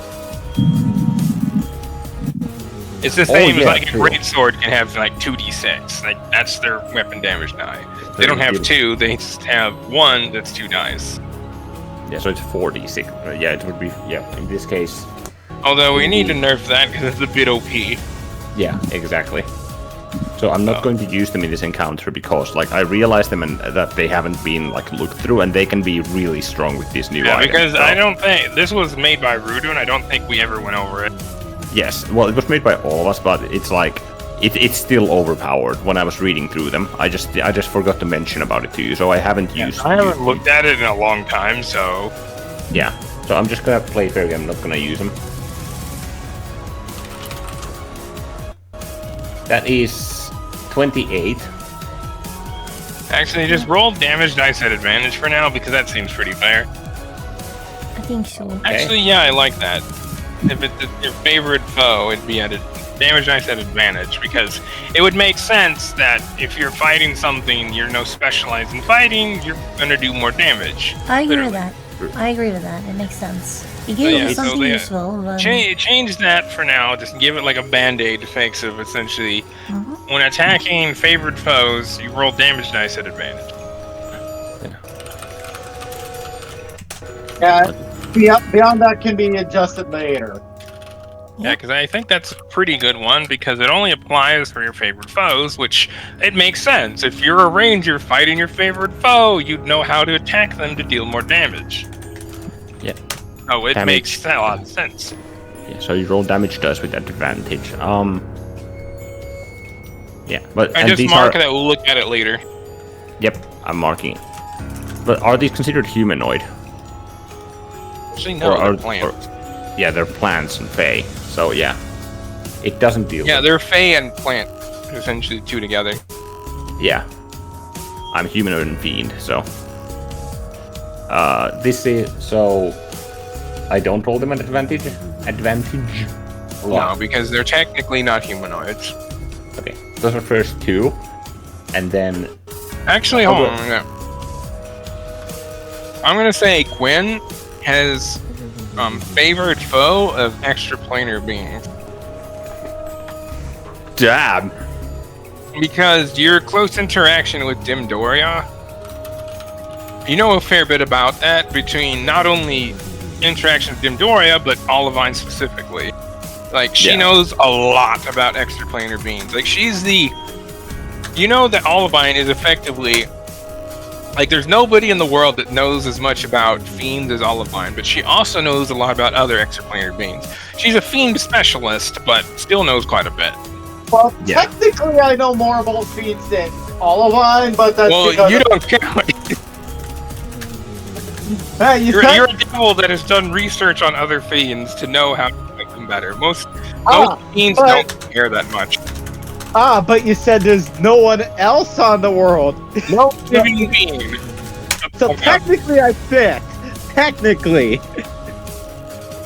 Yes, that is technically correct. But that's kind of correct. This is the feature in question he's referring to, I think, so... It's the third and seventh level features. The third, 7th, 11th. Yeah, essentially Quinn's dealt with a lot of extraplanar beings the past few years. So he's just like, you know what, fuck it, I need to learn more about these things. Yeah, enough level you should have that. Like, hey, half pint. Can I sit on some... You have how many favorite foe targets do you have? 2 currently, at this level. What are those? Humanoids and fiends. Yeah, so essentially, you can change that fiend to extraplanar, so it includes fiend and that. So just essentially just swap it. Because it includes fiends already. So essentially, Yep. it's taking what we already have and then makes it better. Yep, I marked it to the side so I remember to change it. I'm gonna rewrite them later. Yep. I got you on that one, so you don't have to worry about Because it. like I really like the damage dice at advantage against favored foes. I should Yeah. say that previously Hunter's Side did not read requiring favorite foe, but favorite enemy, but So That's yeah, we'll go over that. And essentially, it'll be starting at X level. Yeah. But yeah, so just mark that as in the hunter sheet. Yeah. Mark that to well, look at it. I marked it at the side. I'll mark it at the end of the session. Yep. So But we yeah, don't have so- to finagle with that shit any longer. No, than necessary. after your second, volley of attack, the bark that was protecting this dryad shatters, and she just seems to be another elven woman. But technically not an elven woman, because despite her looking like one, she is definitely not. 1, 2. So it's 1, 2, 3, 4, and then Something I about the grass hair kind of Yeah. gives it away. it could be used to designate anything. Well, I have to because that was only 4 hits. So I have to roll another 6 hits. Is the Oh problem. no, that was 2. You made 4. Yeah. You made 5 attacks. First 3 hit, and then you get a natural 1 on the 4th. So essentially, you do the first 3.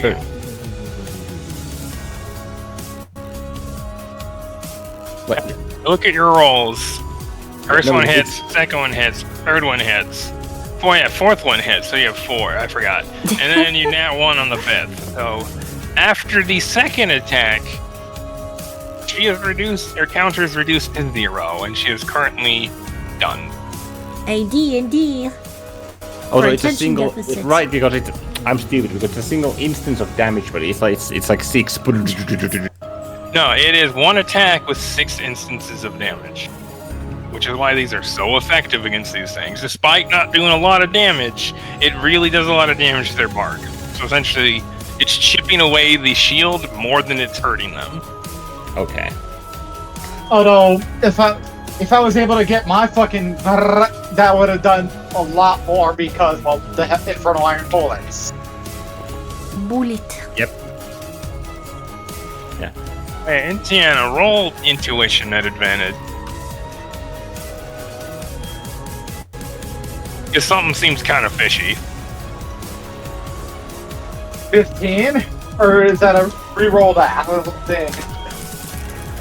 I'd re-roll that because you're not that dumb.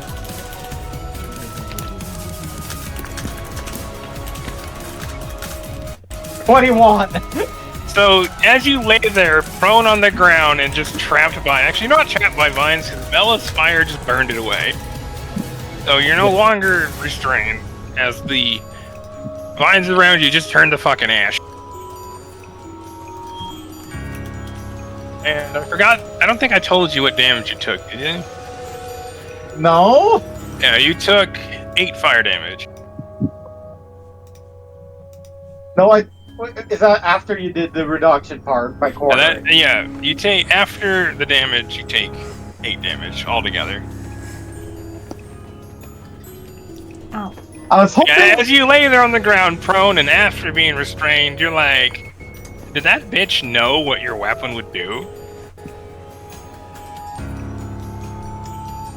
She was very quick to stop you. The wisdom that comes with age, perhaps? You think that you're not the first devil she's dealt with, because she knew exactly what to do. Oh, Indeed. looking like an ordinary woman right now. Capital, technically, but interesting. The fact that you could discern the fact that you were a devil as well. You think that might be a question for Pops later? Well, I still have Both preoccupied. I do have a mental link with him still. Yeah, but questioning if it might be a good idea to spend time asking him now in the heat of battle. Take much time, but considering you're both preoccupied,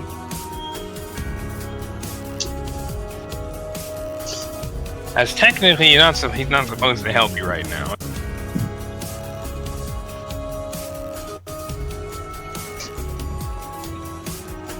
yeah, let's see here. Ch.1, you have. Let's see. 2 more attacks.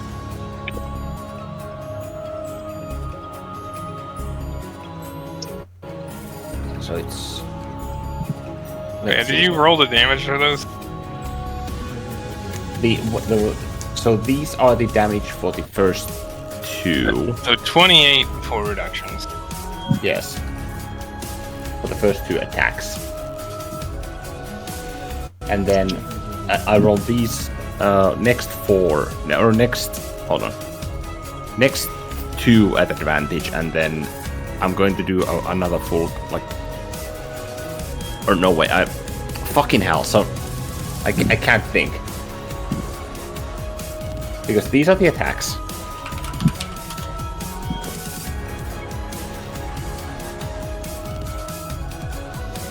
Four of them hit, 2 of which.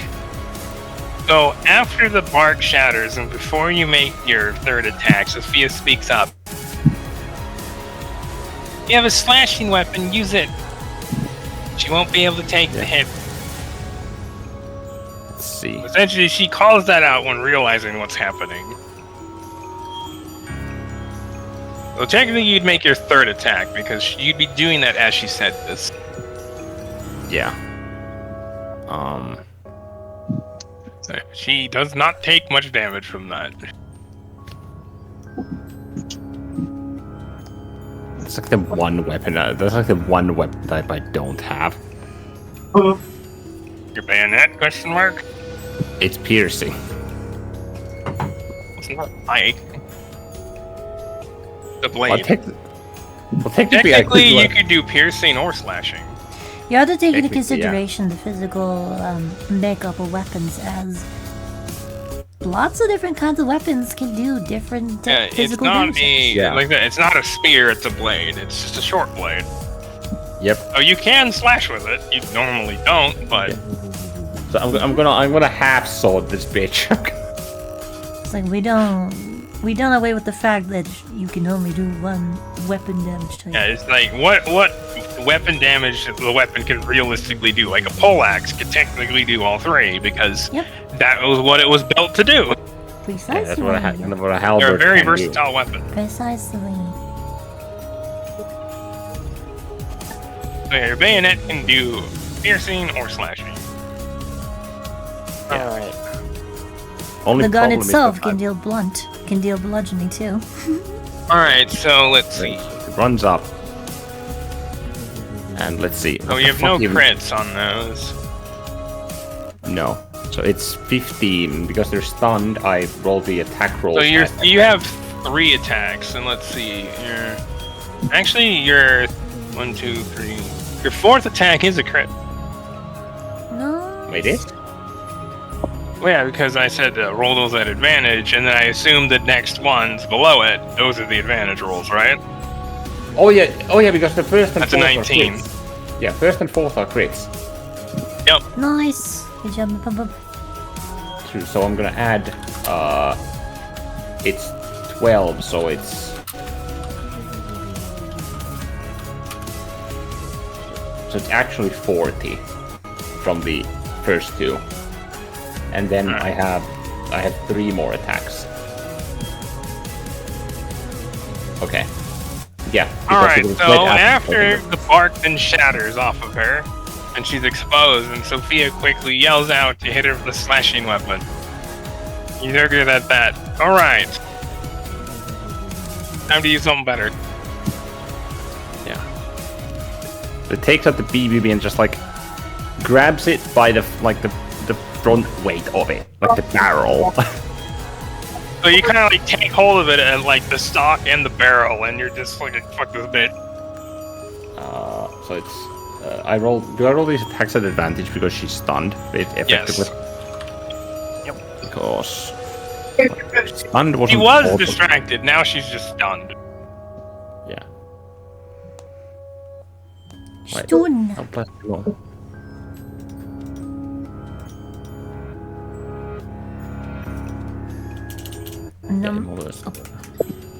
It's number 2 and 0. Yeah, there we go. And Because it's 15. Yes.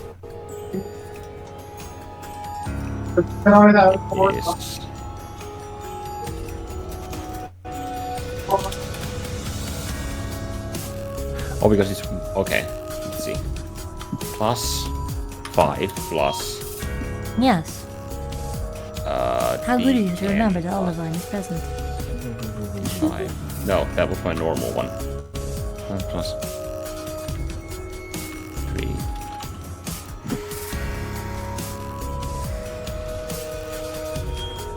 I'm gonna cool it.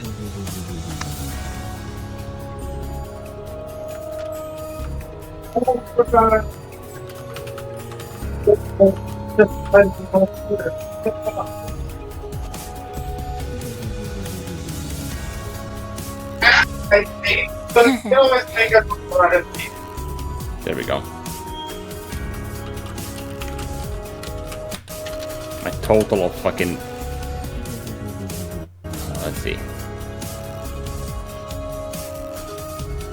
But that's not right. Those your attack rolls? Yes, but it's since it's advantage. It's 10, 15. You forgot to keep highest one. Yeah, but hold on. It's 15, 17, 18, 21. It's 26.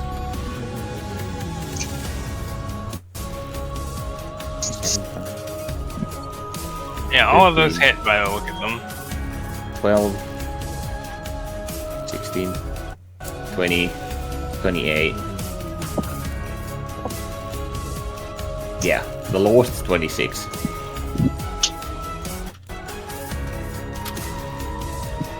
Yep, all hit. Roll slashing damage. Sloosh, sloosh, with advantage.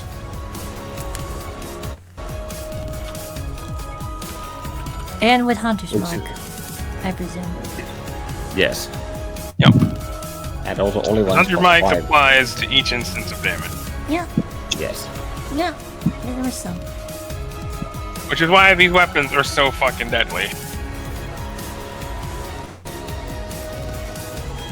Pandora's Box Rangers. That is 51 total slashing damage from the dinky fucking bayonet.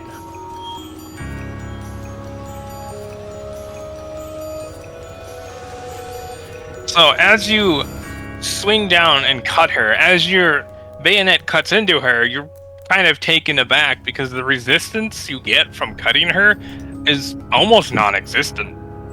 So you just brace yourself and just push into the cut and you just slash across her.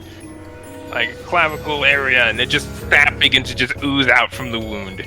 Before you then take 2 more big slashes at her and you just cut into her hard. Her skin is a bit soft right now, and you notice as you cut her, the floor does not glow with divine power. You think that it was powering the bark on her, so once it broke off, she's no longer protected. Ah. In other words, she's defenseless now in 2 ways. Is that plus 400% damage? Huh.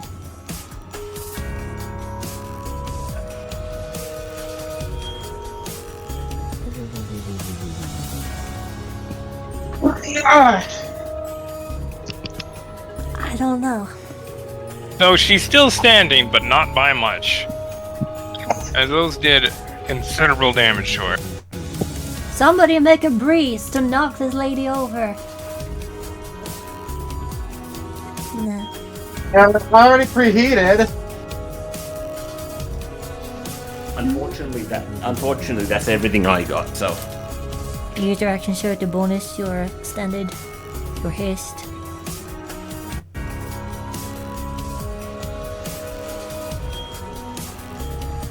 And all that. My standard actions, my bonus action was a Hunter's Mark.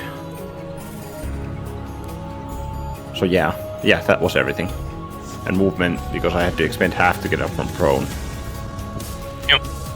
Yeah, that was everything.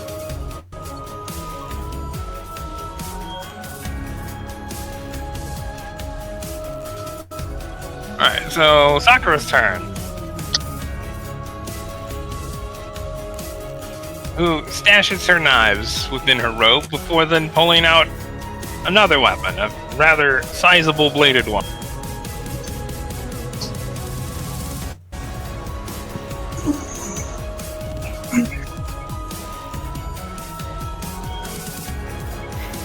And it's a kind of oddly shaped weapon. Sort of fucking great knife.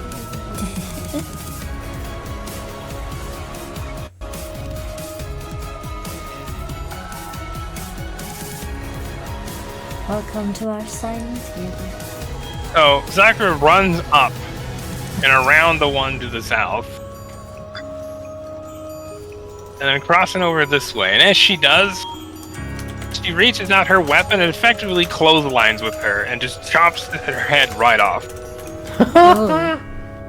Which then falls next to her, and she just oozes sap all over the floor. Oh. She is very dead.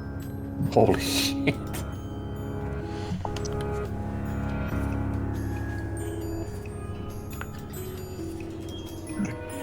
Dryad 2 is fucking dead. She did.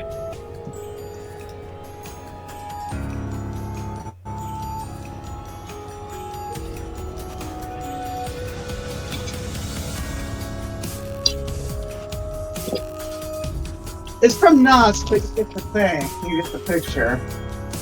Yeah. That's funny. Sakura then kind of like leaps over at this one and proceeds to slash at it 2 more times. The Dryad tries to get out of the way, but Sakura's just way too fast. Like, the Dryad's just taken aback at just how much this woman moves and how fast. And she cuts cleanly into the thing.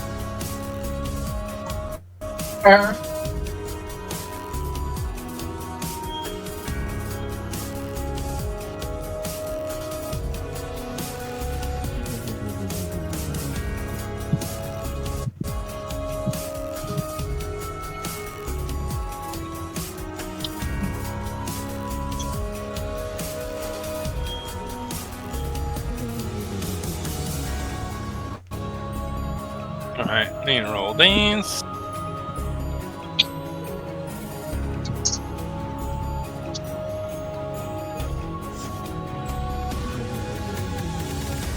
So as the first slash comes at her, you watch her takes like a big chunk of bark off of her shoulder and just like cuts it away. Sakura then follows up the slash from down upwards as the blade becomes ephemeral and slashes literally right through the Dryad. Wow. Holy fuck. Seamlessly. Before the blade then returns to normal, and as it does, a big chunk of bark falls off of the front of the Dryad. Was that Aether? Roll spot. Actually, not roll spot. Roll. No, roll Arcana. Yeah, that's Arcana. Yeah. 13. Not sure what that is, because that was ephemeral. Like, was that Aether? It was either Aether or something else. It's hard to tell. Yeah. An ephemeral blade. Interesting. Alright, what number is that one? I think it's 3. That is 3. Hold on. Yes. Yeah, Dead. 4 is to the right of her. Alright, slashing. Let's see. Its counter is reduced by 8. You got Damn. that only? You got that only? Yes. It's a 10.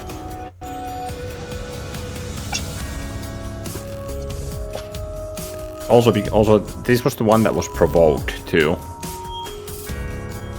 Nope. Nice.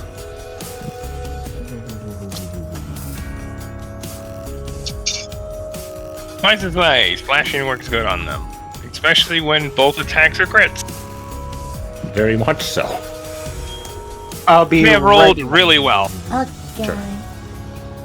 I'll be right back. Also, I could not find the stats that reference on that weapon, on that one axe thing you referenced with the intuition thingy. I'll look for it. It's somewhere. If you're looking for it, it's probably called something of the Oak Father. Oak Father's Demise or some such, I think it was. Yeah, I think it was Oak Father's Demise.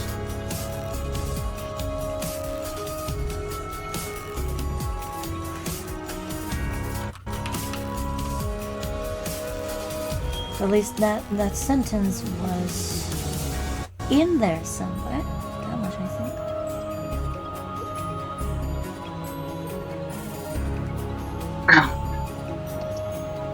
I am there. Oh, and yeah, I can't find that axe thing. Oh, well, Yep, I Nemesis, found- Lumberjacks of the Oak Father's Demise.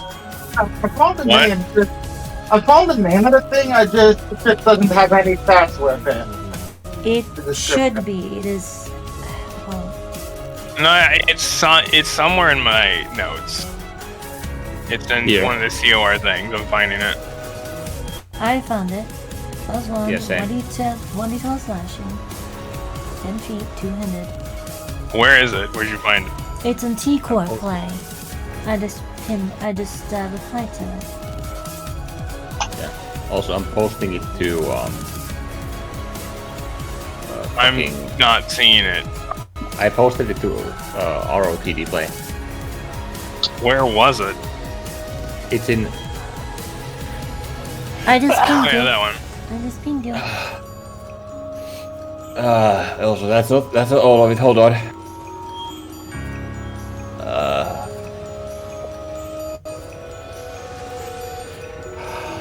Yeah. That's another, and then yeah, that's all of it.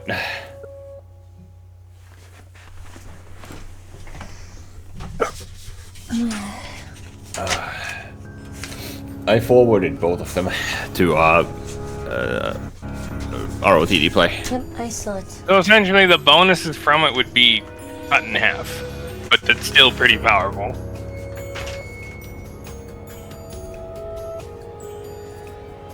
Right now, I'm working on getting this copied into the thing. Period. Beforehand.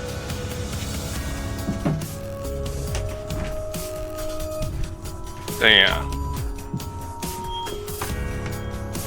So a plus 10 bonus to attack. Oh wait, no, the plus 20 thing was specifically against Sylvanas. Who knows? So Yep. that's their affliction. Yeah, and so essentially, attacking another like tree creature would have half of the bonus. So you get like a plus 10, and then the damage dice, the bonus would also be cut in half, which is still pretty high. Now, this thing was meant to slay tree spirits, one in particular, but that still means that it's good against others. Yep. Very much so. So it's now an additional 5d12 instead of 10d12. Do I keep... Tree spirits are vulnerable. No, they're not vulnerable to the damage, it just does a lot of extra damage. Yep. Alright, I'll just get rid of that part Trees, then, no. because that part would no longer be applicable.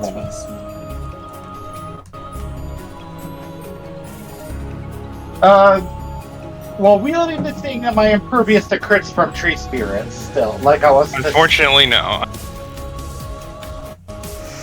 It has been depowered somewhat. So Well, I'd like to... I'm No, just, like the most OP parts of it were specifically for Sylvanas. Yeah. I'm just asking this so I know whether or not to delete it or not. You know. Yep. Yep. Yep. Well, if there's anything else that is to be deleted, you want to go in there and just quickly put out, grabbing something.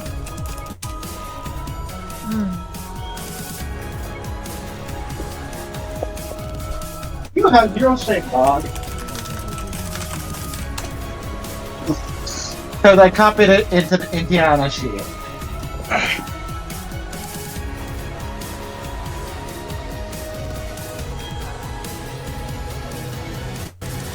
I assume I don't. Do I still have Disc of Demise?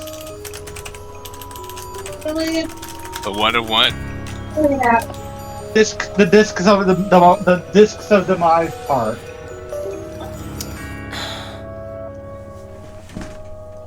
No, unfortunately. Oh.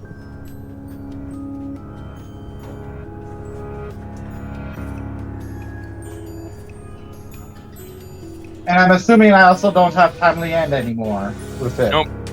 Essentially, you get mostly just the damage. Damages.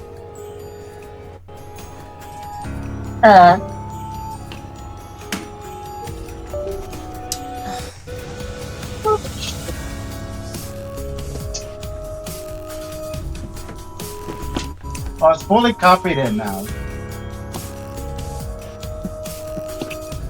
So before I do anything bonus action, I'm gonna chomp down a Supreme Pot. Glug glug glug. Gluggity gluggity glug.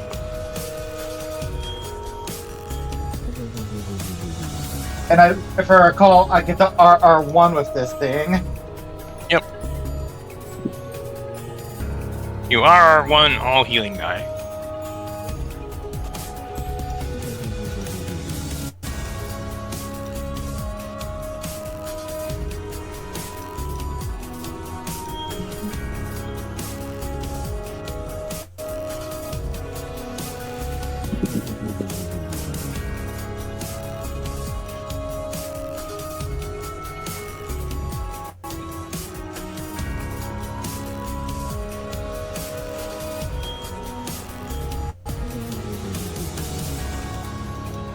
Also, add your con mod for each die. So that would be times 10. Yep, I was doing that manually or whatever just to. Yep, I remembered that, Azu. So I'm back. Making sure. All right. And just for flair, so it looks like I'm getting it from a patron or whatever. Just pull that axe out of a fucking circle. So a small portal of hellfire appears and an axe falls out of it right next to you, which you just pick up. I forget. Is this thing is versatile and property, right? No, it's strength because it's a big two-handed axe. Oh. I am not good with strength weapons, actually, with Val, with Indiana. Well, you do get a plus 10.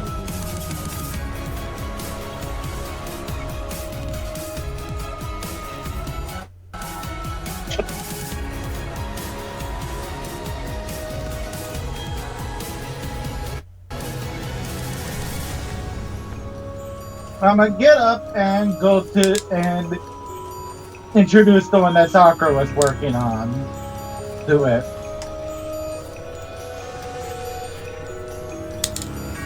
Say hello to my big friend. Because, well, action economy. Top. Yeah, this is like a big lumberjack axe.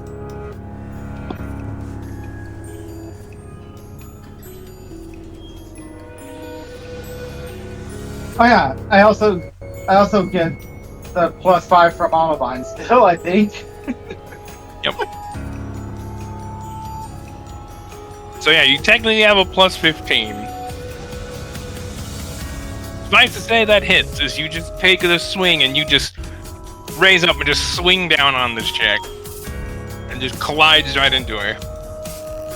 Roll damage.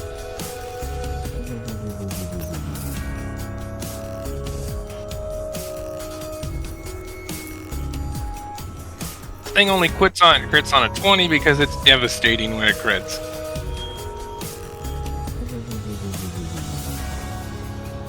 And I'm assuming that only crits on a 20 is absolute. Yes. Because it is a divine weapon.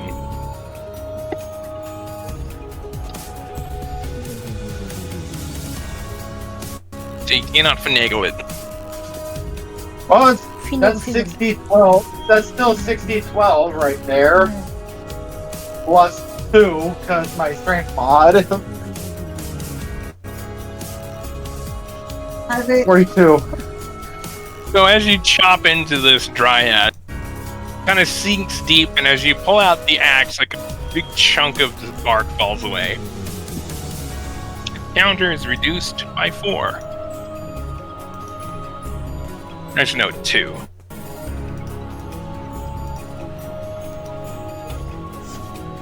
$25. Well, 3 is reduced by 2. Okay. How much does it have left right now? It was at 10, it's reduced by 2, so it's at 8. Alright, so that hits.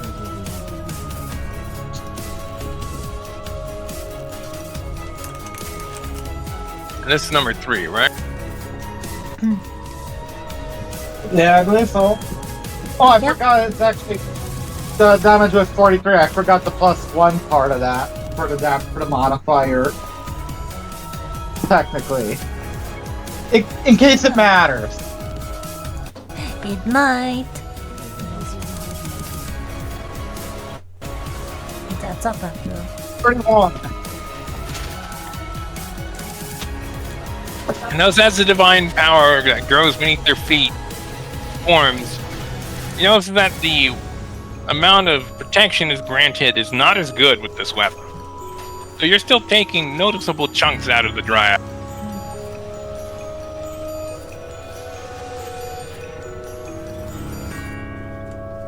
Nice.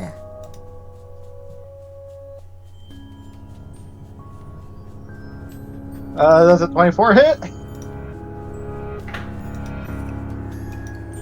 Let's see, what is it at?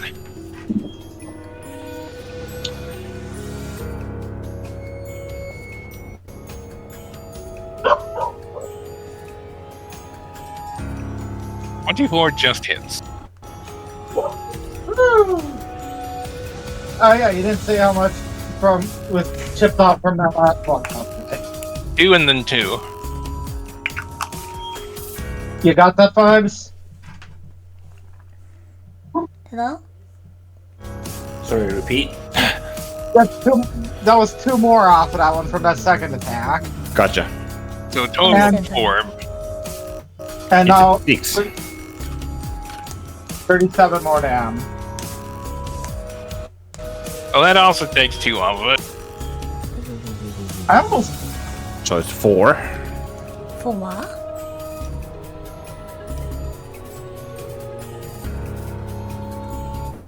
Yeah, despite having the bark still in place, this dryad's not looking too good, as you're clearly getting in past the armor and actually hurting it. Now imagine if it was someone actually strong using this son bitch.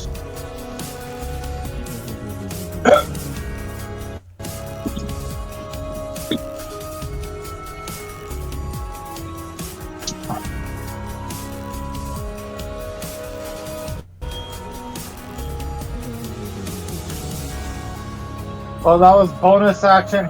Wait, haste action and attacks. So nothing else I can do.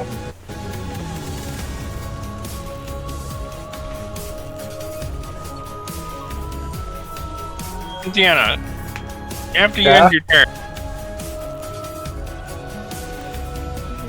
vines shoot out from all directions around you at the floor and grab onto your axe. And you try to pull away, but you just can't. It is yanked out of your hands and pulled into the ground.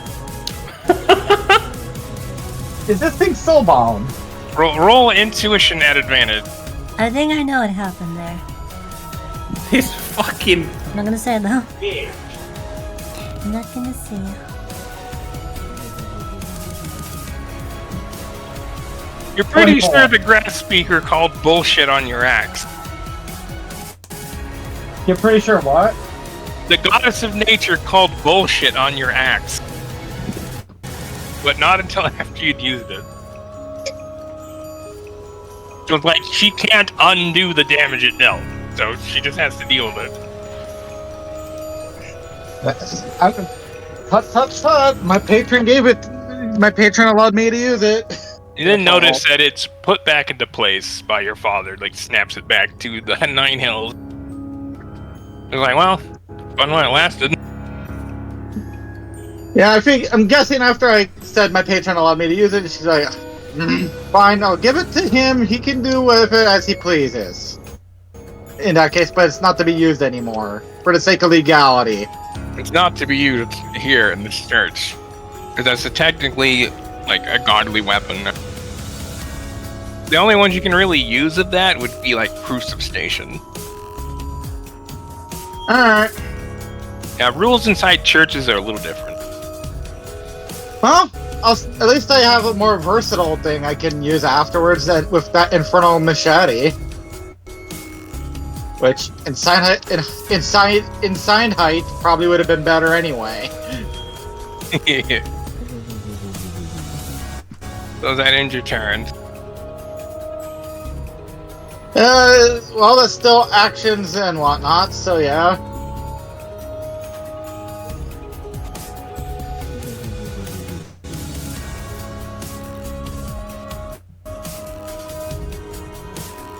So Sophia then holds the tip of her rapier and then points it in the direction of Bella. As white swirling energy forms around her, then is drawn into her, and she is healed by quite a bit. Considering she's in a bit of a bad shape right now. Since she doesn't really have an attack that's very effective against these things, she's like, fuck it, I'll heal. She can at the moment.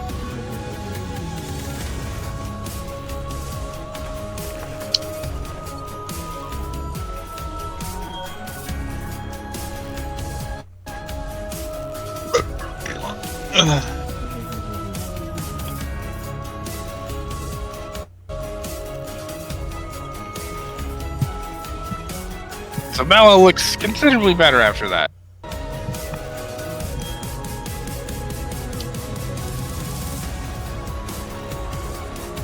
And Sophia owns her ends her turn. Dryad 1. Oh, Sophia owns her turn now. Okay. No. It's your property now, Sophia. Make with it what you will.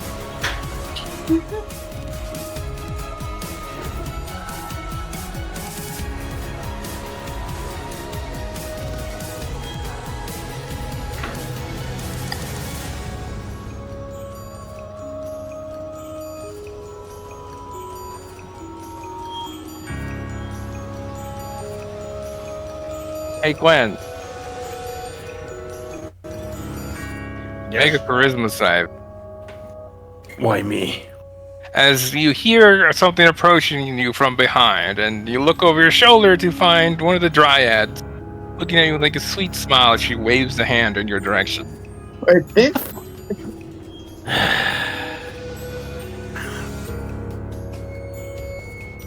Do you have determination, sir? Why would I have determination on this roll? Because of what happened to you earlier. That without Well, you giving. didn't roll it, so that doesn't count. Yeah, it doesn't give me determination, so... Yeah, it has to be on like a rolled critical fail. Otherwise, that'd be kind of busted. I had to try at least, okay? Inspiration cannot grant other inspiration by forcing. Unfortunately, yeah. I had to try. Let's see. And yes, I remember +5. Good. Watch this be a nat 1. 28! Holy shit!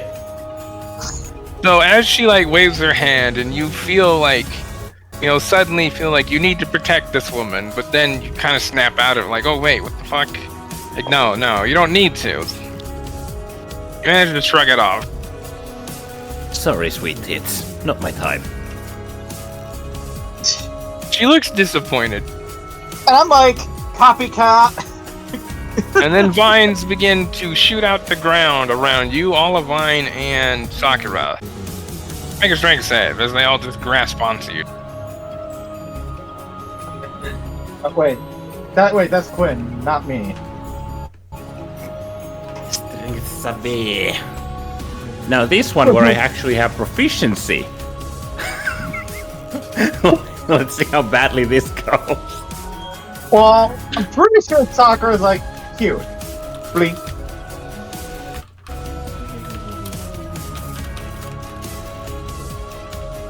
$25. So you manage to, like, snap the vines off you as they begin to grab at you.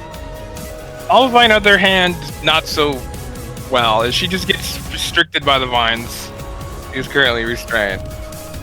Sakura just pops the vines away before they can even reach her. Yeah, that checks out. This woman has, yes, reaction speed. Yep, surprising to say. And she has the stats to back it up. Yeah. I still love how I got the one. Oh yeah, Tiana, you also have to make this check. I didn't see you there. I was like, oh yeah. Make a strength save.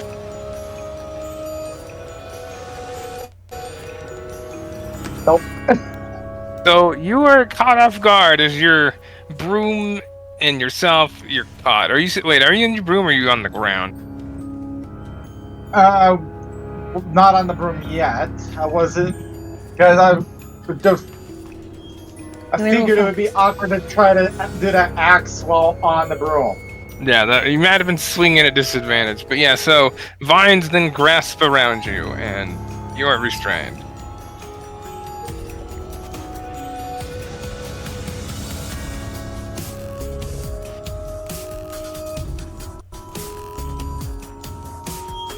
Alright, so that ends their turn. Hey Quinn, Yeah. you get a sinking feeling.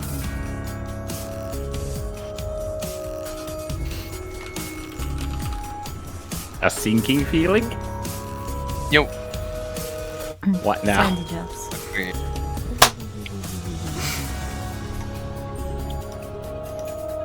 Wait, double check something. Interesting.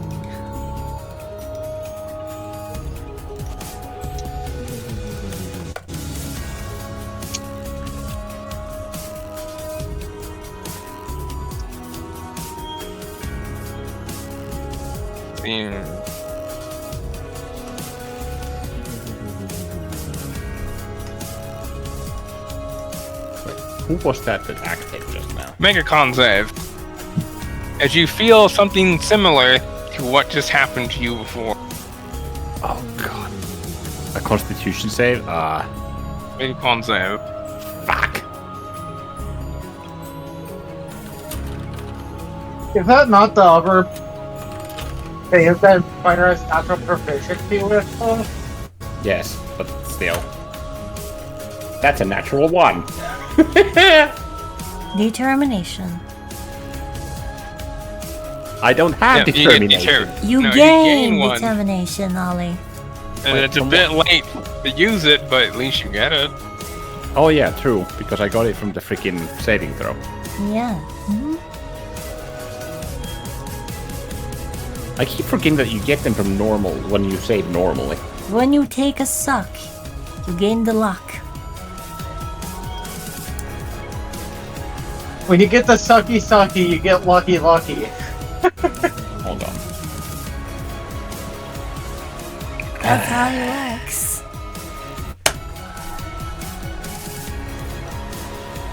Alright. Hey Gwen, how much HP do you have?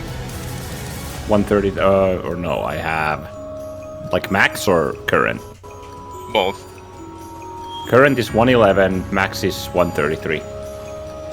So you feel that overwhelming sensation before wounds all across you begin to open. And you begin to bleed profusely. And you take 4 reductions. 116 damage, which is destroyed. 116. Well, I'm down again. But I have max HP this time.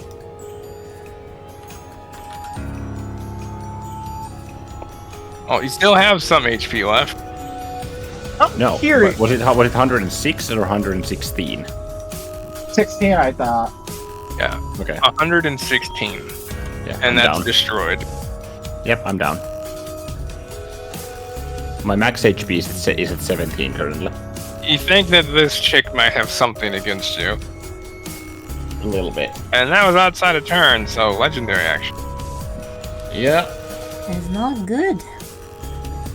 Like she was waiting for something.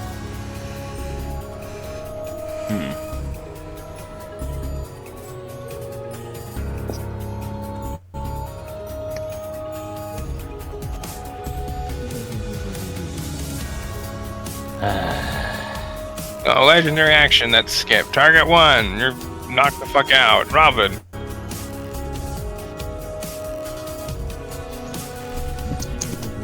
Seeing that Quinn is in holy shit bad condition. He kind of like hops over that icky goo pod of just goop. Runs down over here.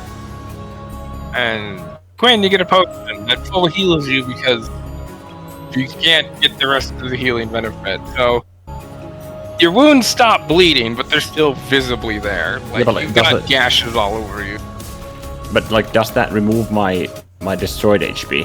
No. No, do not. No. You need like either a short rest or like a greater restoration or an Insuna spell. Essentially, one of them. Isuna. The problem is that I'm currently at -5 current HP.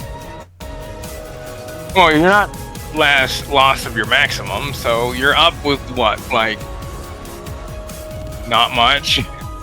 One Well, hit Yeah, point? you have 17 HP. Yeah. So you are just wake up and you're like, fuck, not again. Congrats, you're a level 3 character. I'm at 17 health. So you know there's a lot of blood around you, but not a ton this time. You're pretty sure this bitch has something against you. Nature sure hates me for being a ranger. Fuck.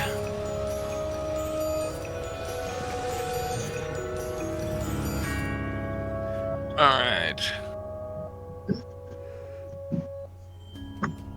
And that ends her turn.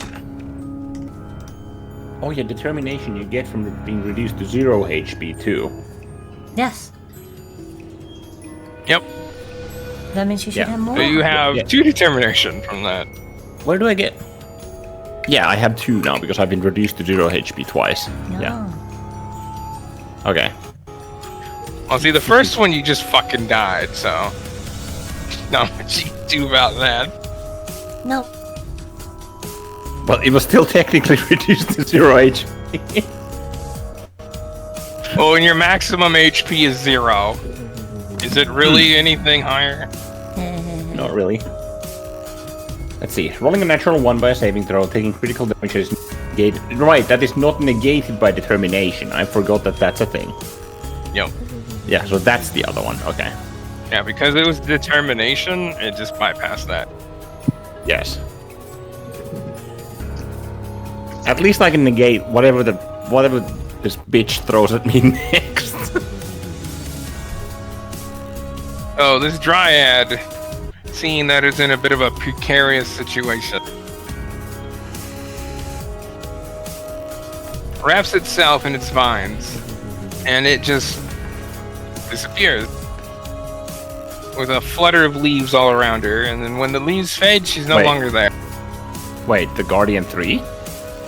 Yep, Guardian 3. No, because she's still provoked, isn't she? No, until the end of her turn. Oh, okay. Never mind. So she's just gone. Oh, the provoked ended at the start of her turn, so just now. Oh. I'm assuming then that means technically she can. Nature bit the twins or whatever can't say that she did at least try. 5, 10, 15, 20. Or something right like there. And she appears. A flutter of waves. Misty Step. Yep. Not quite what I was hoping now. I was Feels like a kind of hoping minion. that just fucked off all the way back to wherever the oak was. This is like a mini version of what it So would have she been like. presses her hands together, and green energy swirls around her hands before she then touches herself. And her wounds largely vanish. Oh dear. This feels like a mini version of what it would be like to face Lenti and the meadow itself. Even when we're on the other side of the fucking world, she's a... God, I hate nature. And she recovers a 5. Roll 2d8.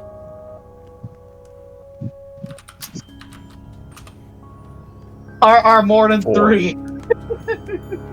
4. She recovers 4 of her shield. So she's back at 8.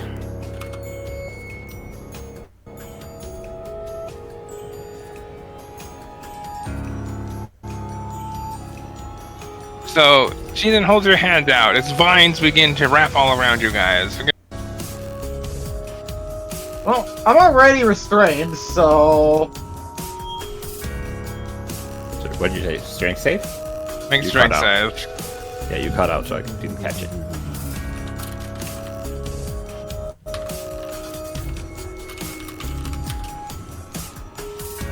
It's a 32 pass. Yeah, so seeing that you're in a very precarious situation, you're just moving on adrenaline rush now as the vines grab you and just snap them away. Robin, on the other hand, isn't so lucky. She's also now restrained. God damn it.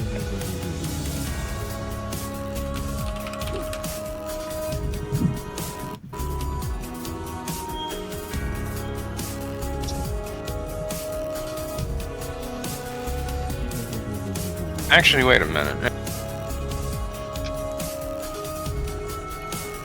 No, she wouldn't have done that yet. Hey, Quinn. Make a charisma save. Hey, Quinn.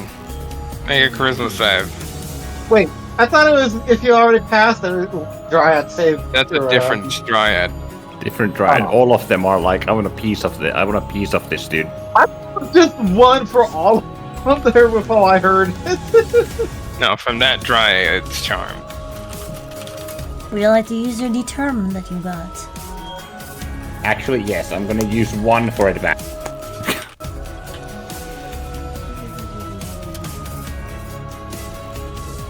So as she waves a hand at you, nothing happens, and she looks a little upset. Quinn Alright, just gives like this flat look in her direction, like, really?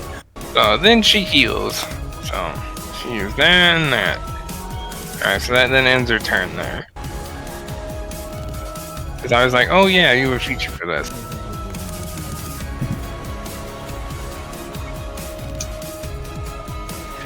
Alright, so that ends Dryad 3's turn. Wendell's turn. This swaps her FRM1 out because she's getting low on ammo of that.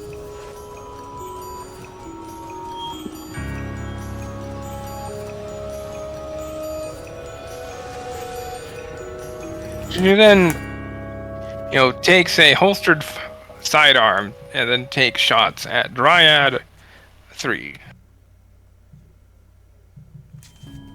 With each one landing cleanly on her, but not doing much, but then chipping bark away. Let's see, and this and this. Wait, I forgot to roll you.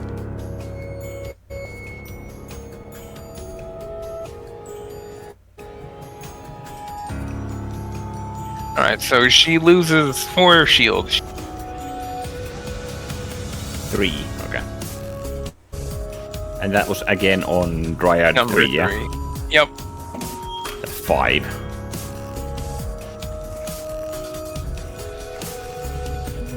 I suppose this fucker casts harm on me again. Yeah, because What you realize that harms was the this same guy? thing, but weaker. Essentially, not an upcasted one. What the harm was What this did you guy? do to that fish? Yeah. Good question. This feels oddly personal. So maybe there's something And to she's that. not happy about you calling her out. You're at this point, you're pretty sure that's something she wished to have kept to herself. Because Yep. now those other dryads know. Oh yeah, of course. Of course. Yeah, people who have secrets don't like others knowing their secret. No, they don't. So yeah, she might be a little sour with you.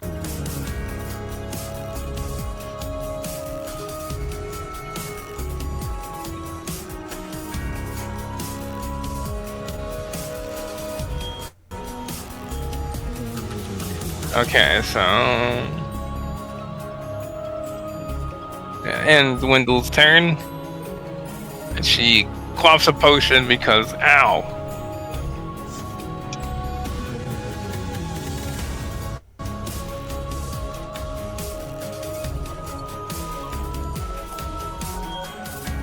And she's looking quite a bit better after that.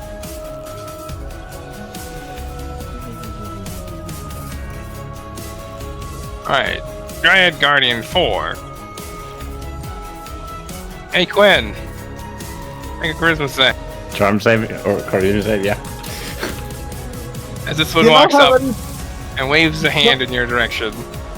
Do you not have any features that help against charm also? What would I have? I don't know. This isn't usual charm, this is a very more powerful one.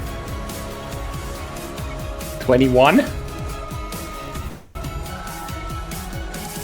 21 just fails. Fuck! Quinn, you need to protect these dryads at all costs. It is your primary directive to ensure that they are not harmed. Oh god. Congratulations, PvP mode enabled. Let's go! Alright, hopefully Alina isn't too mad because you now have a whole slew of new girlfriends. She's asleep. You, don't you worry. have a harem of dryad that you Yeah, must she's protect. asleep. No worries. Probably a good thing she's asleep right now. Yeah. This was all according to Aizen's plan. So how does Quinn change anyway as you this Wait a happens? minute. I have a stupid idea. Can Val telepathically poke the sleeping one to have her interact? I mean, she Because she overheats is- effectively. Yeah, she's overheated, so she's just kind of passed out. It's like, alright, so If a good brain bonk would freaking clear my head, but hey. Unfortunately, the bonker is currently overheated. and since this gives no visible signs of working, nobody is any the wiser. Yep. So Quinn wait. doesn't really change. Would I, like, with the stuff I got or whatever, be able, from the double stuff, be able to identify this shit? You're not close enough. No. You have to be within 10 feet. Okay, was no one able to see that fucking So as far as you can tell, that failed.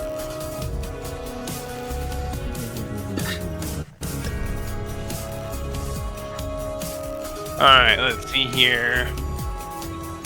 Dryad 4, then, let's see here.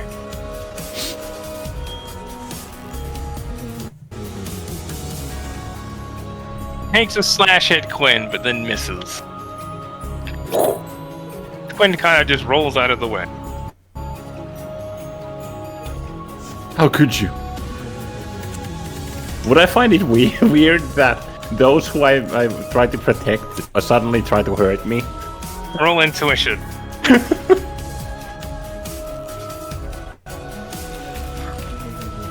I am your sworn protector, ladies. My lady. 25. It is intuition. abundantly clear that she wasn't actually trying to hit you, but make it look like she was trying to hit you. Okay. Essentially to deceive the enemy. Oh my god. This is bad. Robin's fucking dead. Well, Bella, throw a It's fireball at unfortunate that these are your friends, but they should not be attacking these dryads. You must protect them. Bella, Yep. throw a You're not fireball at compelled to kill your enemies, but, you know, essentially incapacitate them. Yeah, the protector, effectively. So yeah, it's like your primary directive is incapacitate all your friends. To stop Bella, them from throw- killing these dryads. Bella, throw fireballs in that direction. Because AoE. Yeah, see, the worst part about this is even if you die, it's still in effect. Yeah. Because it's a glamour. It's the worst kind of charm. Yeah. Yep. Oh, I'm okay with that right now, because as soon as the one who did it's no longer around, then it's over. Yeah, you'd have That to. was You'd have to Dryad kill Guard. the Dryad. Yeah, for it to go away and spell magic needs to be cast on you, or she needs to die. That's why I said throw a fireball in that direction, Alright. Bella. Alright, let's see here. That ends Dryad Guardian 4's turn. As she, let's see here, moves over there. So she would have moved away over to here.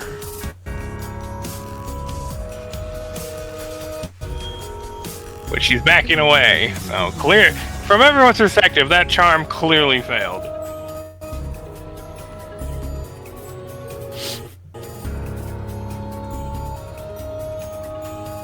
Alright, so that then ends its turn. We're up to bench.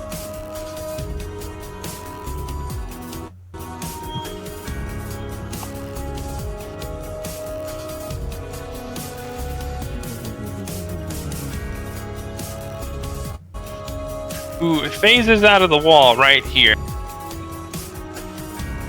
She's hello. Wandering Wind just kind of like looks over her shoulder like, huh? As she waves a hand in his direction with a bit of a smirk. Tell me he has determination to autopath this shit. He used some earlier because he got hit with some shit. Like when he had to use a lot of resources back at the last church because he was getting attacked. Because he just like must protect Chalk. Must protect my playground. And it's like, make a concentration check. No. Don't want to. They got to use determination. He's determined to protect the Chalk.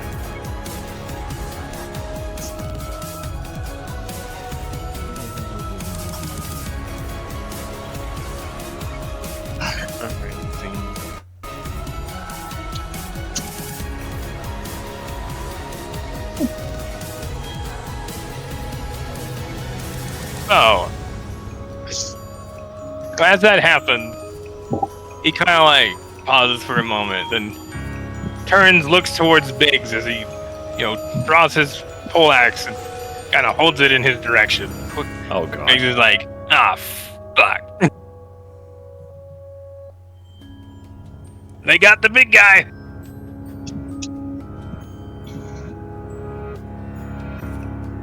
So very, very ominous Tabaxi holding a weapon in your direction menacingly. He is currently, Wandering Wind is currently charmed. Or glamored, yeah. Yeah. Because unlike in Tiana, this is not Lucky Days, an actual mortal avatar. So he's not immune. He got to roll at an advantage, but he rolled big shit. Yep. But you rolled Does Lesser Restoration count enough for dispel magic? No. Not for this. Because technically you're not restoring anything. It's something that needs to be removed. Quinn could use one of those right about now, though. Yep. Yeah, well, right now Quinn's a little not that, so... You don't know that. He's not unlocked. He's just kind of laying there like, ow. Right now, my mind's on remove the problem, remove the immediate problems first, and then worry about hopefully healing before whatever comes out of that. Exactly what Ollie said. What Quinn said. So, the immediate problem... He snaps her fingers. When? Your health is no longer destroyed. Wait, who snapped her Yours. fingers? You're up to bitch. She snapped her fingers and suddenly the gashes on you all kind of closed. You're still very hurt, but your HP is no longer destroyed, so you can heal. Well, on the bright side, that sorts out one problem. And unfortunately, I'm assuming because of circumstance that Cinnabon and that halberd can't do anything.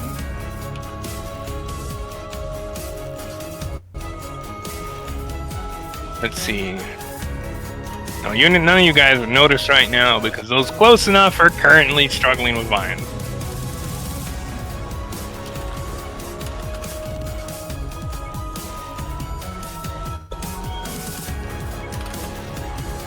There we go. And let's I'm see, still at that 7. ends her turn. Wandering Wind. Oh, everyone, hey, Biggs! Guess what, dude? Sakura, if you can use space fuckery to alter this, this is a really good time to do so. I have to say, Wandering Wind just flashes straight at Biggs. Biggs tries to get out of the way, but Wandering Wind is just really good with that weapon. Foresee this, bitch. Though as the poleaxe is about to slash in him with his halberd, it phases through Biggs like nothing happened. He's like, damn powers of space. Takes another slash. Same result. Biggs just flips him off like, heh.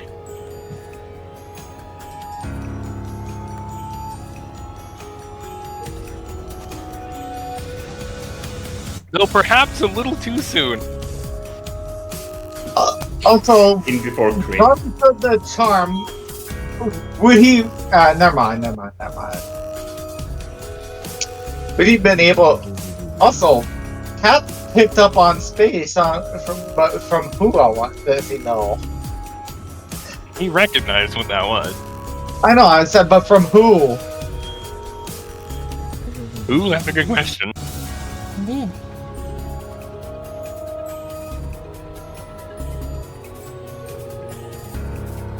So he swings again at Biggs and misses. So with his last hit, he just kind of does like a backspin and then just slashes into Biggs' side. A good clean hit.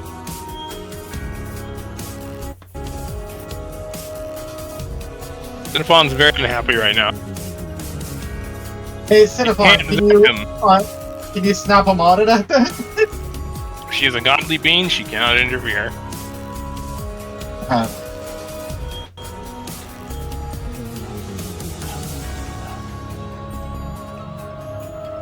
Alright, Biggs, how hard do you get hit? Would it count as interfering if she were to poof away until afterwards? Would it count as interfering if she sneezed and this entire church brought up in flames? No, So the lightning bolt strikes it. Yeah, it's like, oh, my apologies.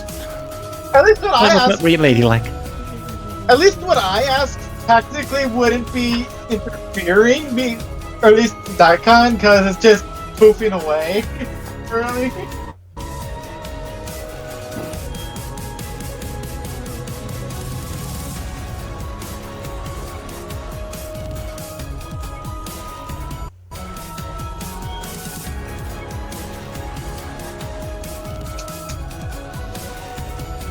Biggs takes 59 slashing and lightning damage. Cinnafon's not happy about this, but she has to play by the rules. Like, she's just gonna go zap him later.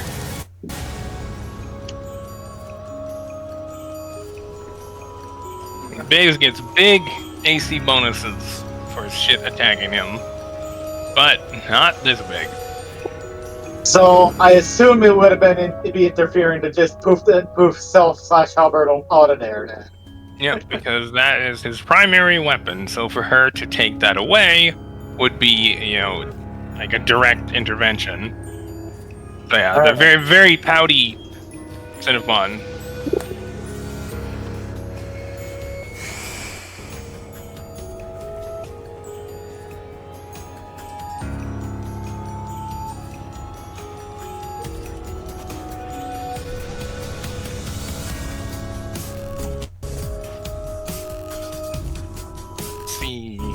2.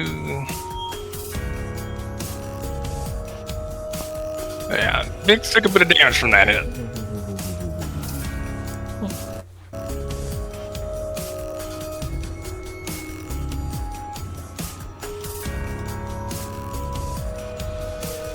Hey, Quinn.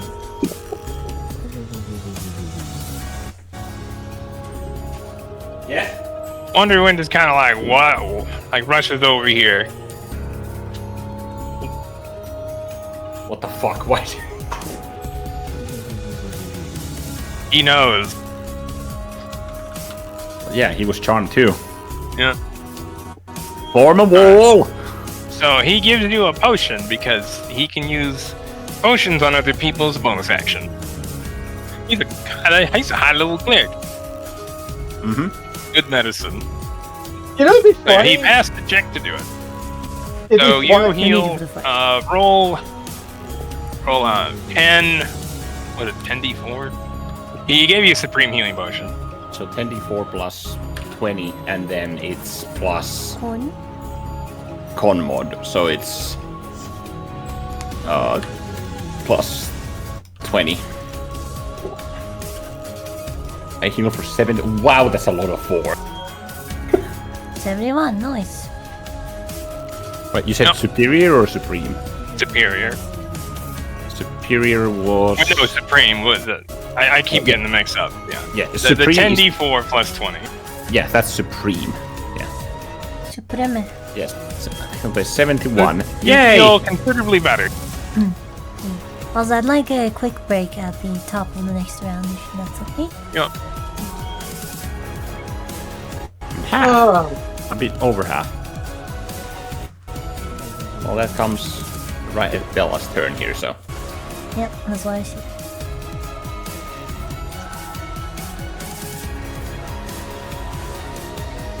Bella just teleports right to here. As her hands begin to crackle with lightning, before thrusting it forward. Stride Guardian 3 tries to take a whip at her, but Bella just kind of flies out of the way. Before then launching the lightning, which shoots through her and Dryad Guardian 4. They both take a direct hit from lightning. I would have preferred fireball. And they both lose a stack of their stagger. How many? That would be 1 on each. Yes, so 3 is at 4, 4 is at 17.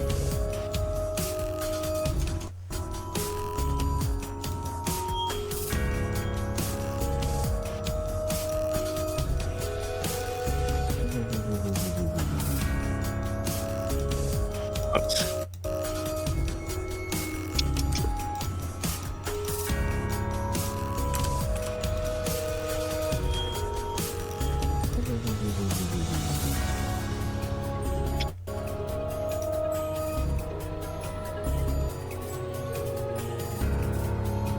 Alright, so as this light kind of hits them, lightning, they tense up for a bit before white shells form around them and break. They're out of leg reses. Intiana, roll Arcana at advantage.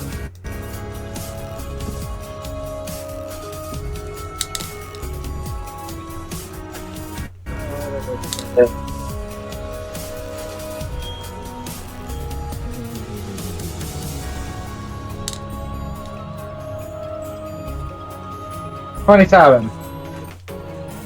Based on how she casts the spell and the effect of it, that was meta magic of some kind, but an improved version.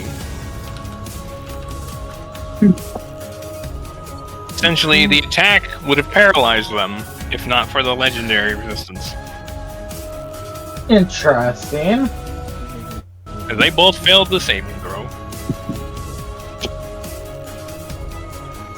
Belle looks annoyed at this.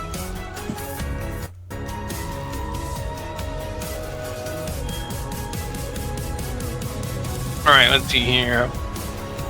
Alright, top of the round. We shall take her break. Alrighty. Until Doom arrives. Doom. Well, this round are then 2, so technically 3. Okay. Oh, well, yeah. Doom. A Doom. Look at music. Grabbing it. Because we have different dude now that it's Okay. been 2 times. Sucker, I hope you have a plan.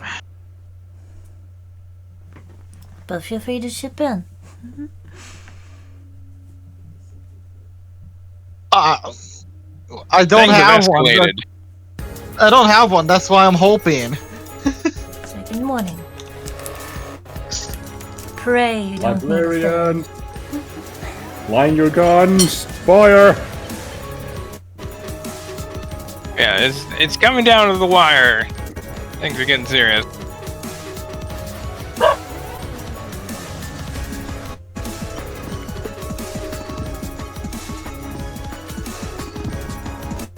Oh yeah, I forgot to apply church action. All the dryads receive 4 to their shield. Except for the corrupt, which receives 8. Well, That is before stuff. Yeah, so corrupt dryad guardian now has 28. And 4 should be back to full. And Yeah, I dryad corrected guardian 3 is at 12. No, at 8. She was at 4. Yeah, so good. Yep. Alright, top round Biggs. Takes aim at the corrupt guardian dryad, which immediately shoots out vines in his direction, but he managed to kind of duck away. And as they grab at him with his gun, he just gives them a hard tug and they all snap. Not today, tree bitch! No, eat with it! Points right at him Not today, and shoots fucking bullets at her. Unfortunately, he only has a rifle, but that'll do. Does the glamour thing have a concentration on it? Oh, nope, it does not. You have to kill them or dispel it. I was Or hoping keep them away from the dryad for 24 hours. One of the 3. I mean, killing doesn't work either. No, Oh, killing like- the dryad, not the person. Oh, right. The person can die and they'll still be glamored. Yeah, my bad. Because it affects the physical body. Yes. If it were like some soul sort of thing, then it would aid. Like normal compulsion, sort of, like affects your consciousness. But this is just a filter. Alright, so Big shoots 4 shots right at this woman, which all connect cleanly, chipping away her bark, but not doing a lot of damage other than that. Violent winds swirl around Biggs, instantly dissipating, and he fires 3 more shots at her. Let's see, and that reduces her counter by 8. Back to 20. He had 1 crit in there.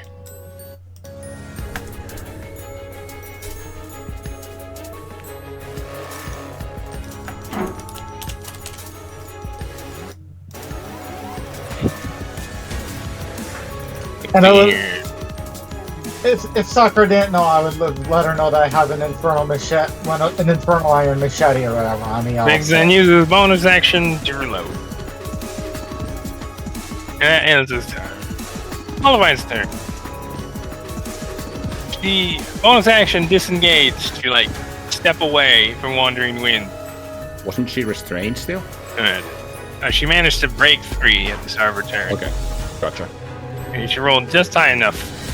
She then disengaged and like moves away, and Wandering Wind still swings right at her and chops her right in the back, despite disengaged. Sentinel. Let's see, and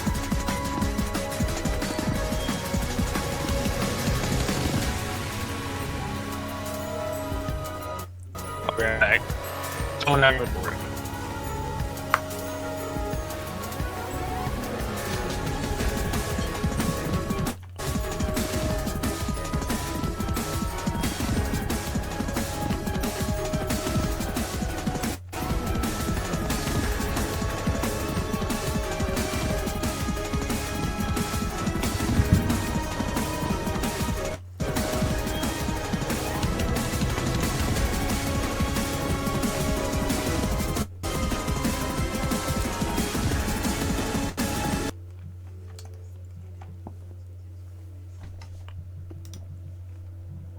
Hmm.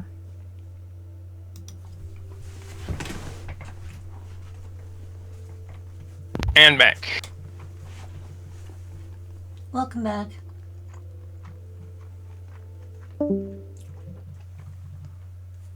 Hmm.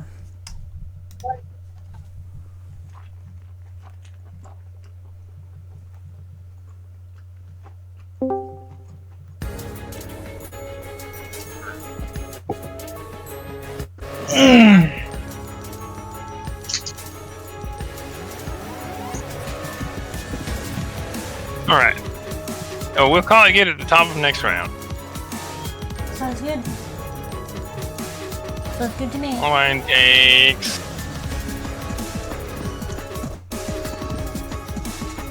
Tons of damage for reduction, but thankfully, uncanny dodge.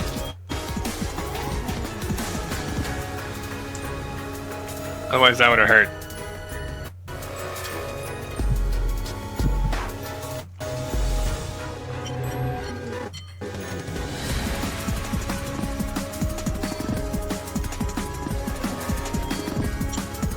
She did her healing thing.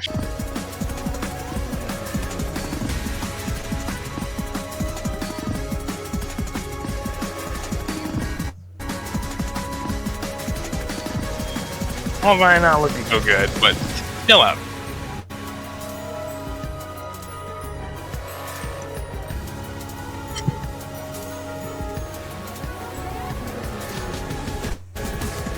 And then holds a hand out towards Wandering Wind as blue light kind of sheens across him like a very slow kind of flash. And she just frowns. Shit.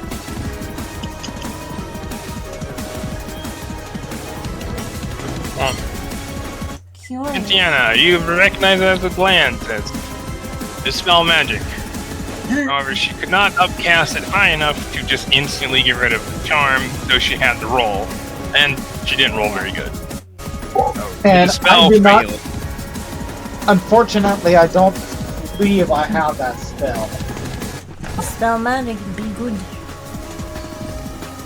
I know it would be. I just don't have it, Emmy. Oh wait, no, she has one thing she can do.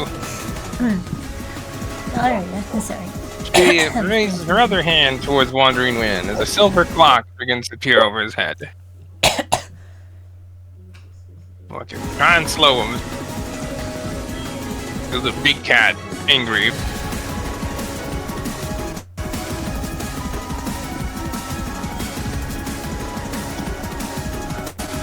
That will help.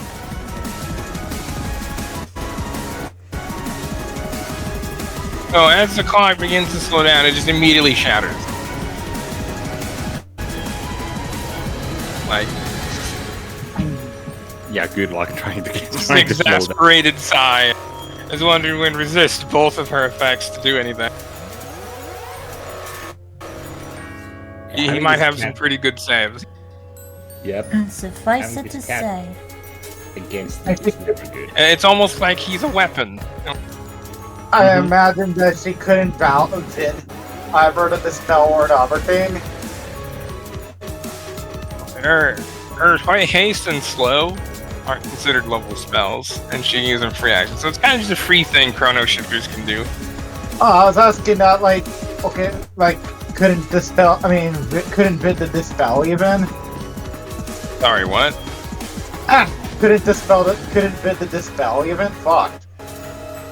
Well, Wandering Wind uses his own to counteract it.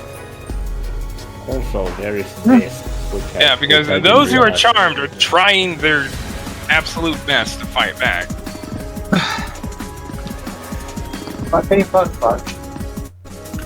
This. Yeah, so both of them lost 2 determination. One lost 2 valor, one lost 2 determination. Wandering Wind is clearly out of determination.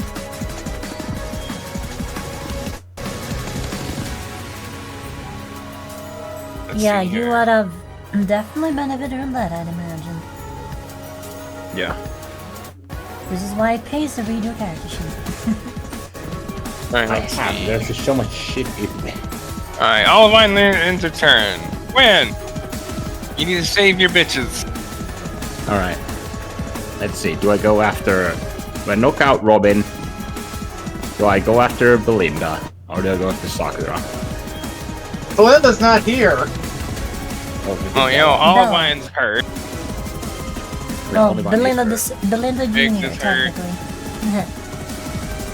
He's not entirely yeah. wrong. So. Like a bird of prey. Olivine pulls or freaking Olivine. Quinn kind of just like looks around, takes a step north, and he turns around by switching to his BDB and takes a shot at Olivine. Roll at advantage because he's not expecting this. I like that description.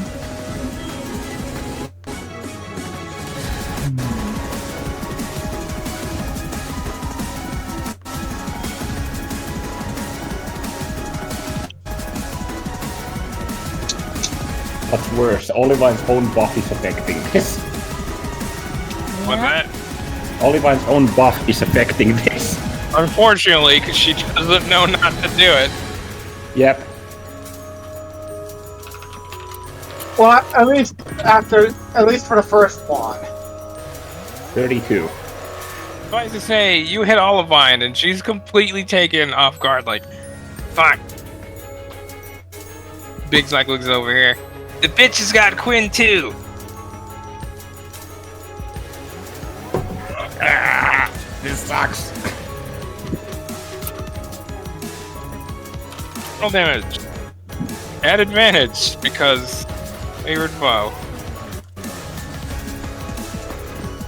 It's And Olivine is a humanoid. 20. Oh, humanoid, right? Yes. In that case, it's hold on. Yeah, it adds a +4, so it's 31 piercing. Olivine already used her reaction. Oh, wait, no, she needs another one. She's a chrono shifter. Oh yeah, she uncanny dodges that too. Because ow. Yeah, might have heard. Yeah, she's not, even with that, she's not looking so good. But now you no longer benefit from Olivine. Yep. Second attack. Roll Teku.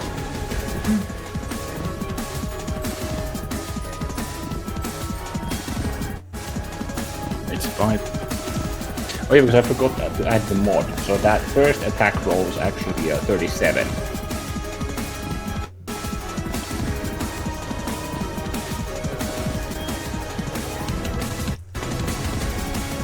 Second attack, 39. That hits. Roll damage. This is not at advantage. Why? It's still a humanoid. Oh right, you got dumb. And then it adds it has 4, so that increases damage by 6. 31 piercing. Again. Which is reduced uncanny dodge, but you know that Olivine can't do that again because you know her very well. Yep. Third attack.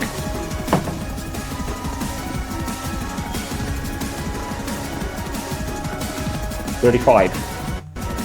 And that hits.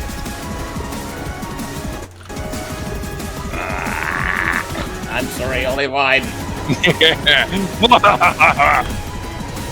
Evil DM laughing. Yep.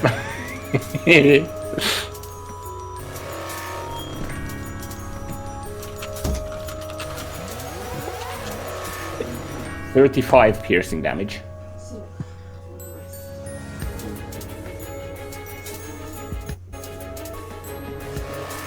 She's still up, but not by much.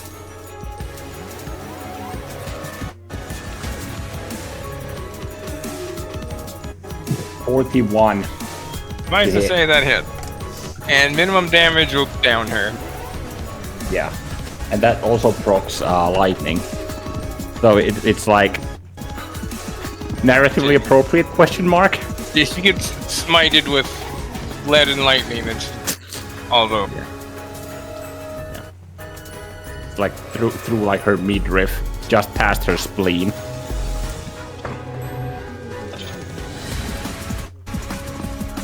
Olivine is currently unconscious. She's not dying because you and Intiana can make ranged attacks non-lethal. Yep. Then my next action would have been to freaking stabilize her.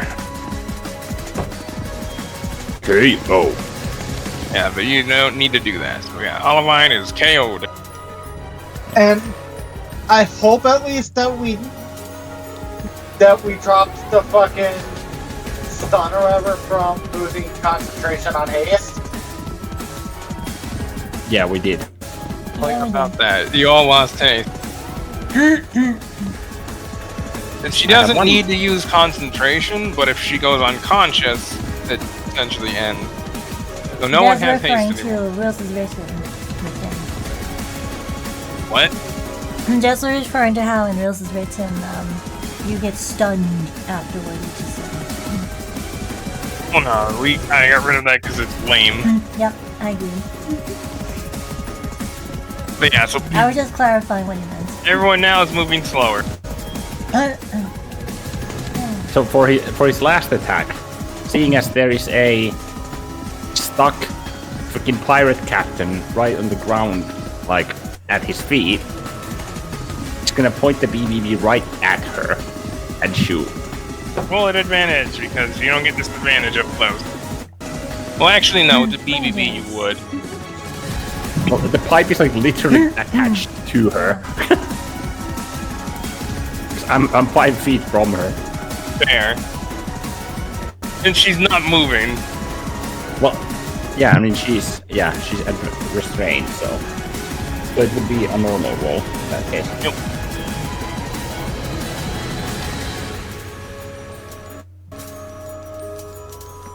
Wow! Wow! That's fucking divine providence. It hurts. It's like click. What kind of faces does Robin have right about now? It's just like looking a little nervous as you're like pointing right at her. And then click. I'm reminded of that. Is that movie Schindler's List where the fucking just constant doesn't fucking like misfires? How does Quinn react to this? Just kind of like nah, like it's like slightly a disappointed look. Damn. Well, he'll be fixing that, and that's the end of his turn. Sakura's turn. Actually, no, bonus action. He's gonna down a potion. I forgot that. I still have my bonus action. Yeah. Oh yeah, you quaff a potion. Heal up because injured. Yes, I'm gonna drop a superior. But yes, that would end my turn.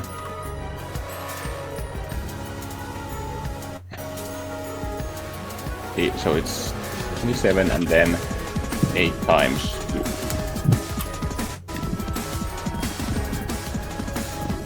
43 healing, and that ends my turn.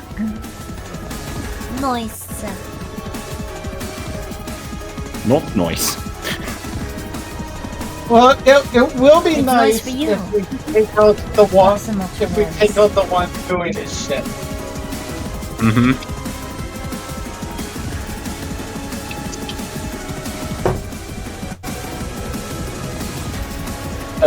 Right now, we need to get action economy back on side. Yep. Yep. So Sakura just kind of like leaps over Bella, lands over here, and as she slashes down at Dryad Guardian 3. Cuts her straight across the side, and carving a bit of bark off of her before she then swings again real fast. Alright, let's see.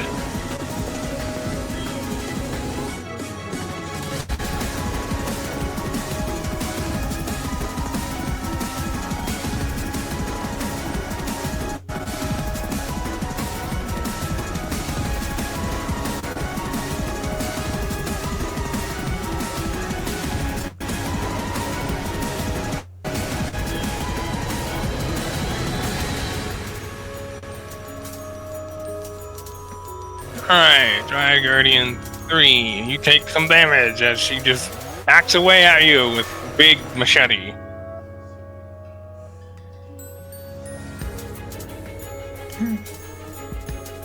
And her counter goes down by 6. They really don't like slashing. No. Indeed. At 2. In fact, you might even say they don't care for it much at all.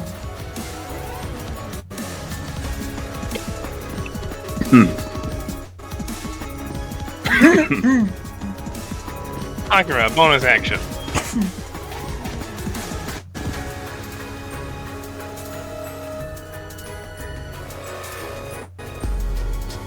With her other hand,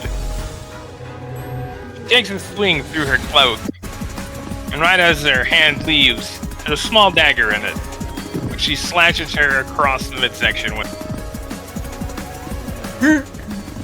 It is now at 0. Nice. Akira can dual wield, just normally doesn't bother. Oh.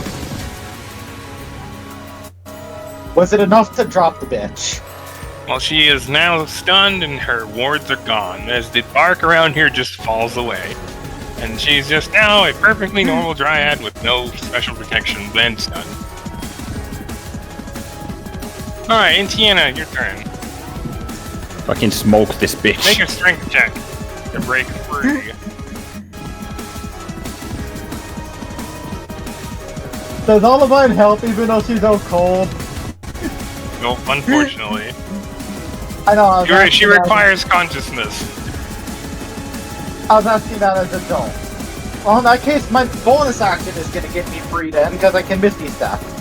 Oh yeah, I just Misty Step out of there.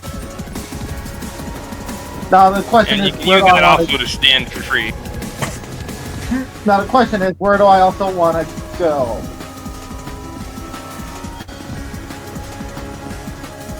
Well, I'll go here and grab with my infernal machete and... Alright, bitch, that's stunned. Sucks to be this chick right now. I just realized, I don't... Hang on, let me... I never put the stats or ever for my infernal machete in the weapon thing. And I don't think we established the damage stuff on this thing. It would be 1d8 slashing, 2d8 hellfire, so it's very hellfire infused. You want to try that again? You cut off or whatever. It's 1d8 slashing and 2d8 hellfire. It's essentially it's made specifically for cutting plan. So it's 1d8 slashing plus 1d8 hellfire, but if it's a plant, then it's 2d8 hellfire.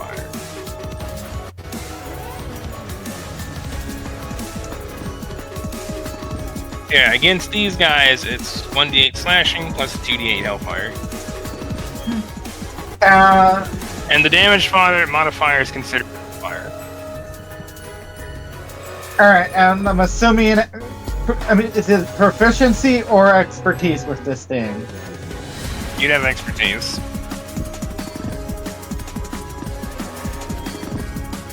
You're not so bad with weapon melee.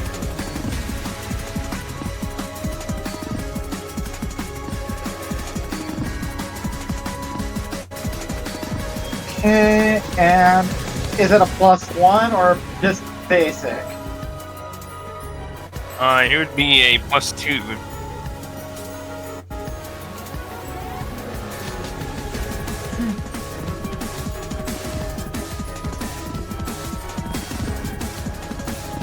I know it's versatile because machetes are versatile. Oh yeah, so also separate the damage types. And right now I'm rolling the attack roll. And aren't melee stuff against stunned crits automatically? Not stunned. No, We're that's talking about paralyzed. paralysis. They do roll at Oh, advantage. goodness.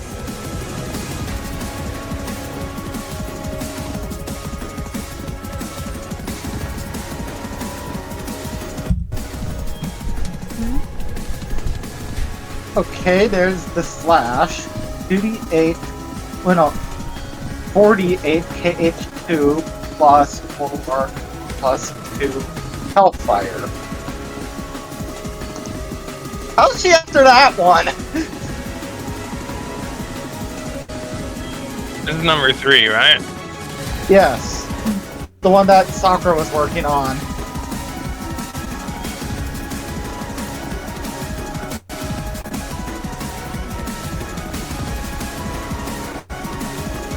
She is not looking good. As you cut into her, you know she gets very little resistance, and as the hellfire burns, it just leaves a blackened char across the cut. That hurt her a lot. Particularly the hellfire.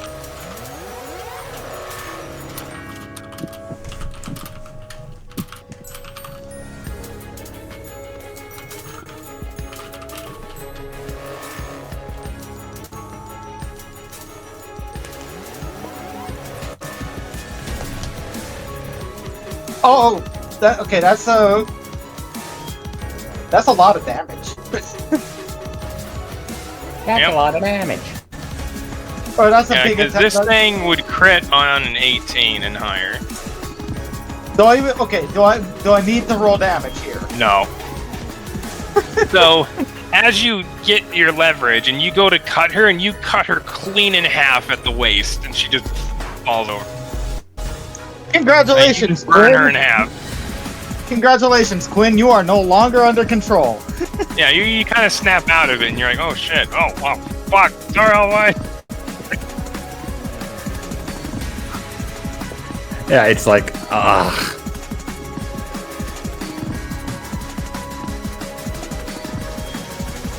So this one is grayed out.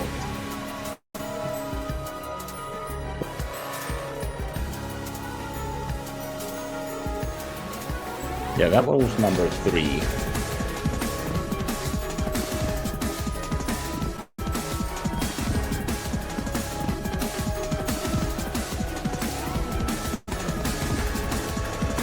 Now, So number 3 is toast. Yes. Yeah, I know there's a lot oftentimes. I recommend and I 2 attack. is adding some easily accessible notes of the more important features that you think might be come up often and be relevant in the future. I have no idea what you're talking about. I don't do alling about character sheet stuff. Yep. That's what I do. So I'm less likely to forget when it comes up.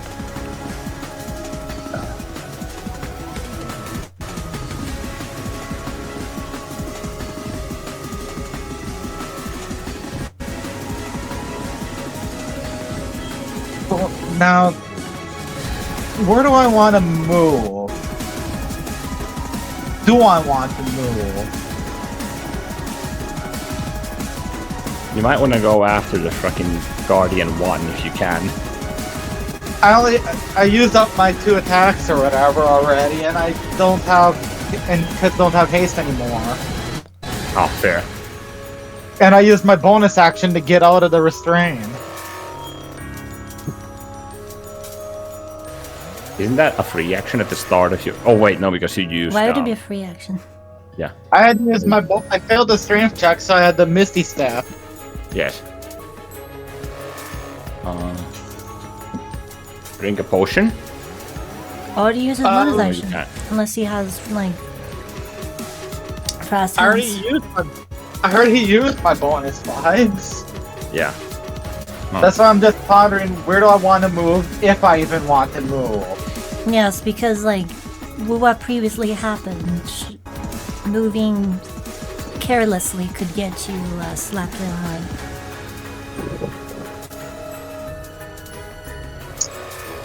As the airspace isn't exactly friendly to you.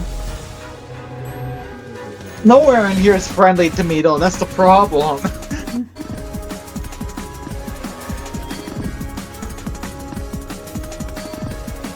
I don't like it, but I think I have to call my turn here, then. Granted, I wasn't gonna like any option I wound up doing.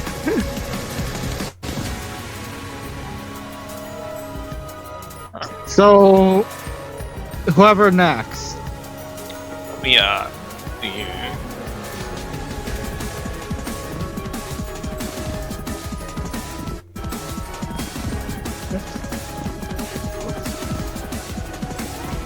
guy headed over and I know she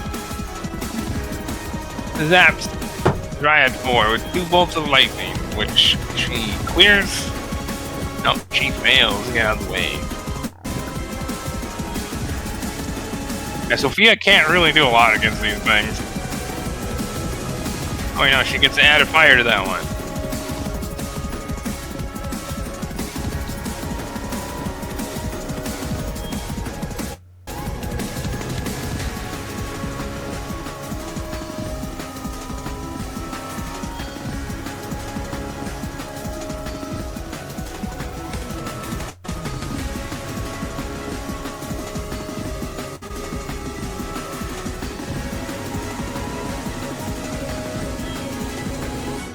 Alright, so Dryad number 2, or wait, no, Dryad 4 has her shields reduced by 4. And she gets zapped with lightning and a small ball of fire.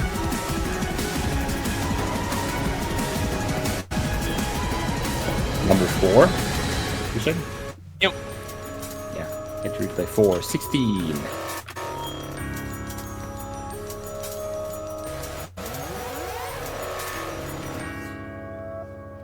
Alright, and that ends Sophia's turn. Dryad 1. Who vanishes, it just vanishes in a fluff of leaves. Before appearing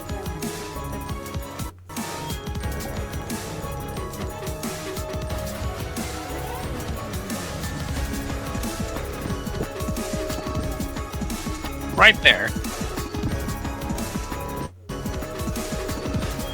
Hello. Big Zyke looks over.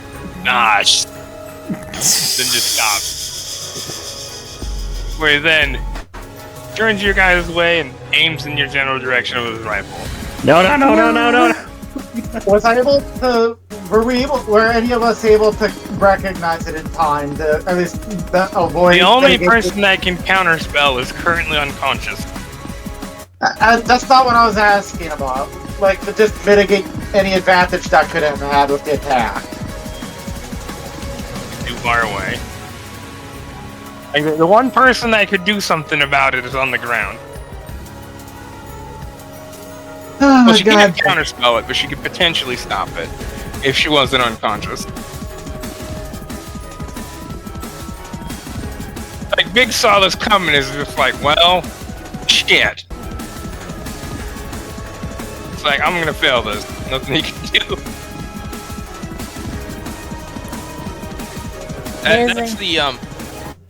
That's the one downside about being a Farseer, is if you find yourself in a situation, no matter what you do, you fail. It's just like, well, shit.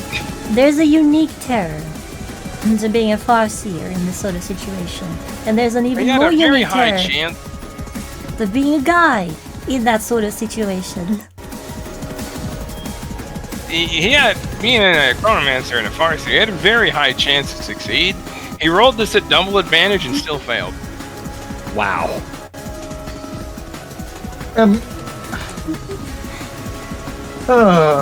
All of us need God. All of us guys need God. Oh yeah, it's like he had double advantage on the D20 and advantage on the proc die, and he still failed. Jesus. I said no.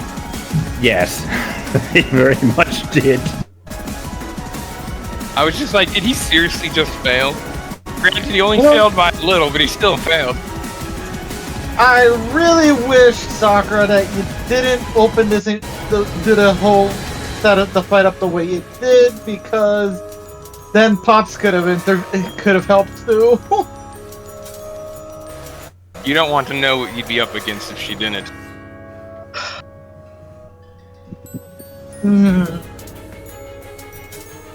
like it'd be. Okay, part of me is like it'd be much worse than this. Though it is still worth keeping in mind. I'll put it this way: you might not have to have waited 5 turns to fight her. Yeah. Alright. But it's still worth keeping in mind that the sociopath spider can be a danger. Alright, so that is the end of Riot 1's turn. Let's see. They're action, not active right now. Target 1, you're passed out in the corner. Robin, you're currently restrained on the ground. You can fix that.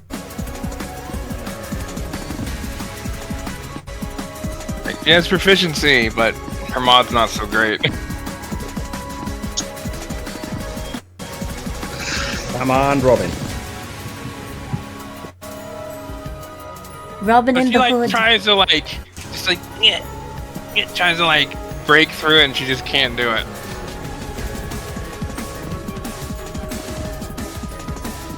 She then kind of maneuvers around a bit, draws a knife of hers, and begins to saw away at the vine, and manages to free herself for them and bring herself to her feet. And then ends her turn, because that took a lot of effort to cut through it. Nice. At least she's not restrained again. She's no restrained, and she's not prone.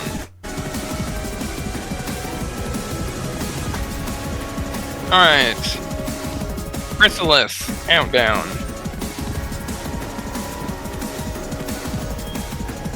2 rounds.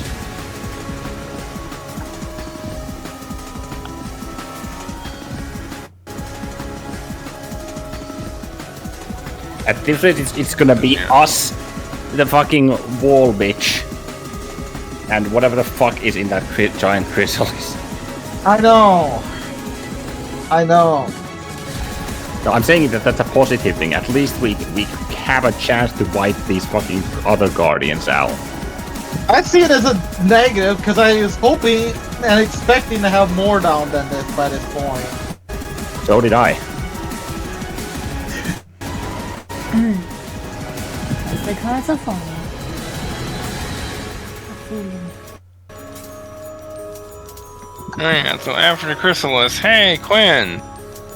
Hello. The bitch in the corner blows a kiss in your direction. Make a con save. You mean a charisma? Nope. Fuck Con you. save. Fuck you. 2 determination. Oh wait, no, because Yeah. did I get another determination? You got 2 because you nat 1 and got reduced to 0 in the same effect. Yes. Yes, so I had You 2 got again. 2 determination. Yes. How about Quinn will actually just point a middle finger in her direction. Use 2 determination. You feel some cuts begin to form on you, and they're certainly a lot less than they would have been. You take, before reductions, 52 necrotic damage. Ow. That's a lot more manageable. And you have destroyed however much that you took. Don't you have a thing with your ring or some such? Oh yeah, because I have With what? advantage on. Is this a charm effect? No, this No, is the it's harm spell thing. Ah, Yeah, she's using her special little harm spell. the world's most painful heart. Yeah. So Yeah, normally dryads could use heal. Well, she can use harm. I was referring to the fact that I think allowed you to reduce damage. He's not a Yes. divine champion or anything like that. Highest stations only have the effects of the batons because they don't really do a lot. Yeah, because I seem to No, remember he him doesn't being have able any to. special protections. no, I don't have. Oh wait, I have the fucking ring. Yeah. that's Through, what- I can use that. Yeah. Oh my god, I will Well, never. the other never- 2 times you wouldn't have been able to use them because of how quick it happened. Yeah. But this But time this you still time can. you can actually see her doing it. Yeah. First So- time you had no idea what she was doing. The second time she was in the wall so you couldn't see her. But this time you're like, hold up, bitch. Are you fucking serious? Agnes. Hey, Oh, roll no. to see what happens. I don't know. No.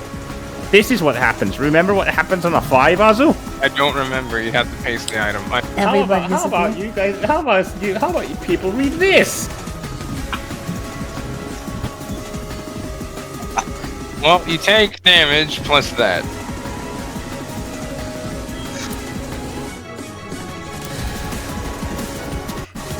So you flip her the bird. I flip her the bird and the ring just explodes.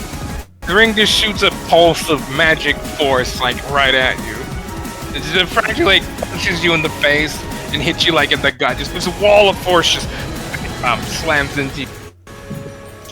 You, like, stagger back a few steps, like, that hurt. Like, you got punched in the face and punched in the gut at the same time. Well, Yes. those hit points are not destroyed. Thankfully not. I'm at 8. Well, Quinn's like- at least you didn't roll good. Actually, you did kind of roll good. Good thing you didn't roll better. I did, Well- yeah. Because it's, Is there it's anything you unraveling. can do to force the damage die to minimum? No. I have no determination now.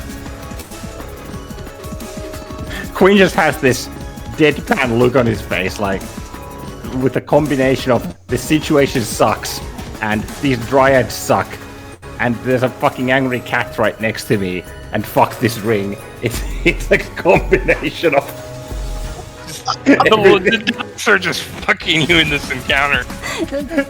Quit is like, Agnes, we're not together, but I need a divorce.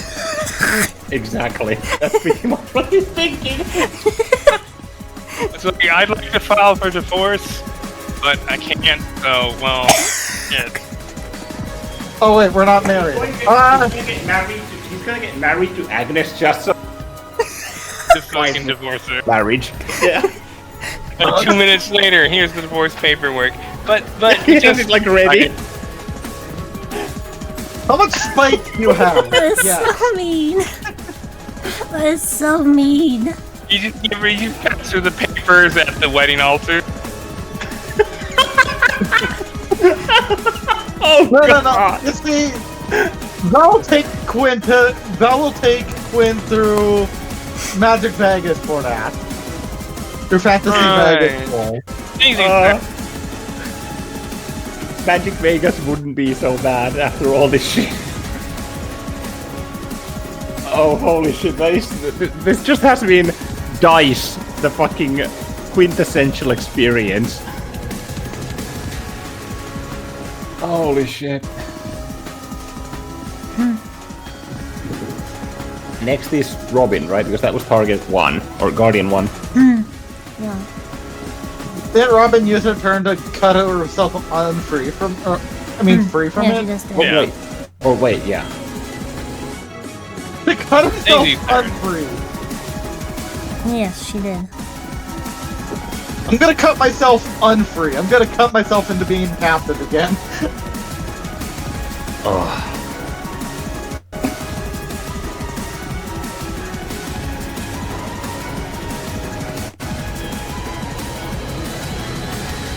Alright, where's this at? There we go.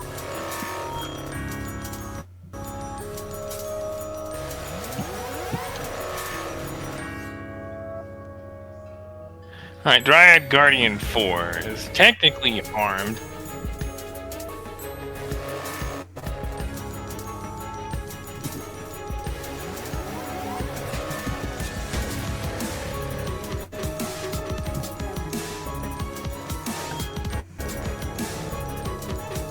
Where's this at?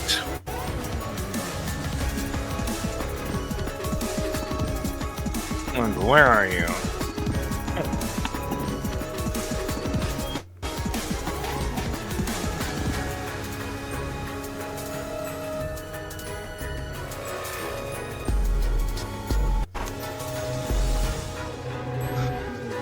A window runs up on this one, and she just sweeps this Dryad's legs out from under her.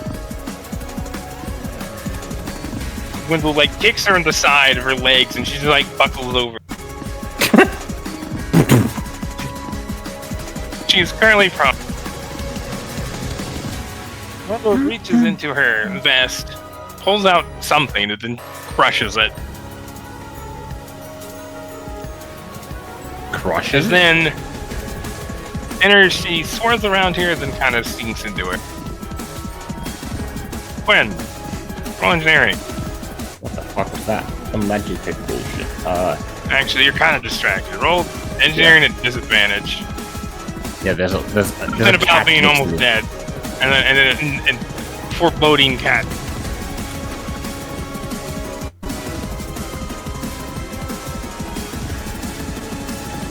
$17? You vaguely recall some sort of Magitech device that stores energy, and that you can break it to effectively, give you like a rest. You know that is effectively a short rest potion. Okay.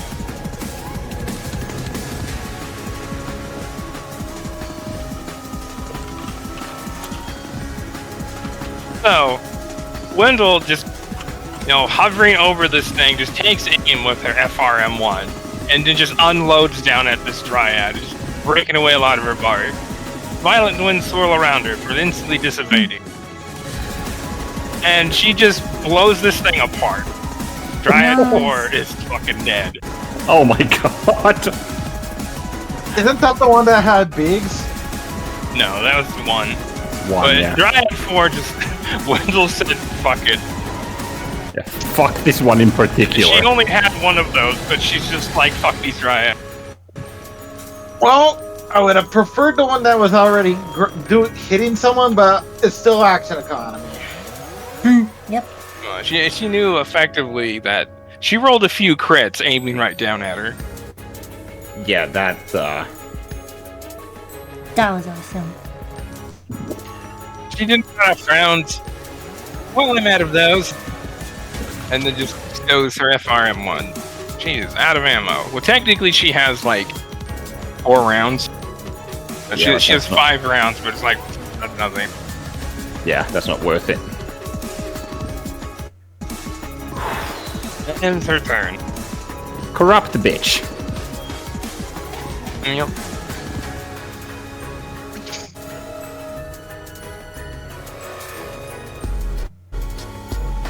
She just kind of disappears into petals. Let's see.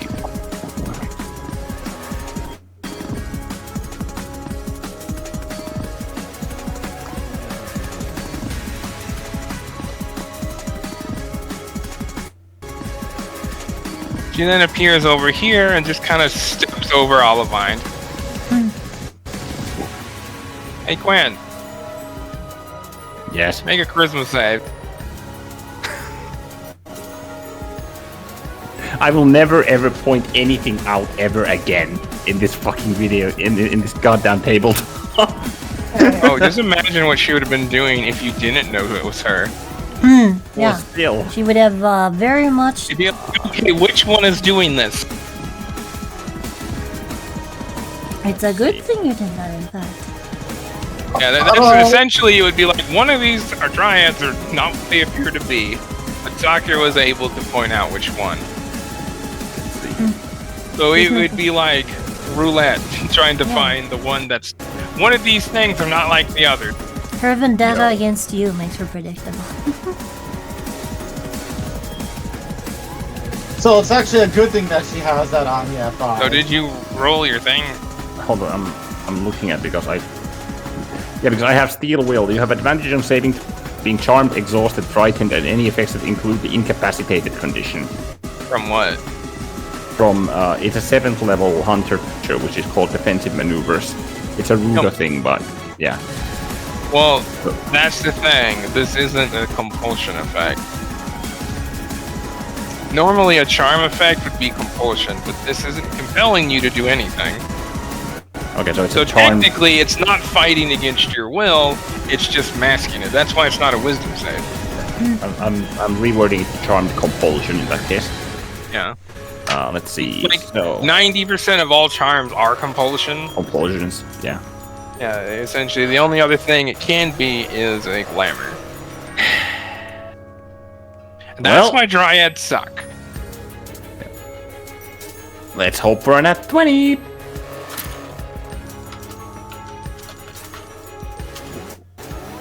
Natural 1.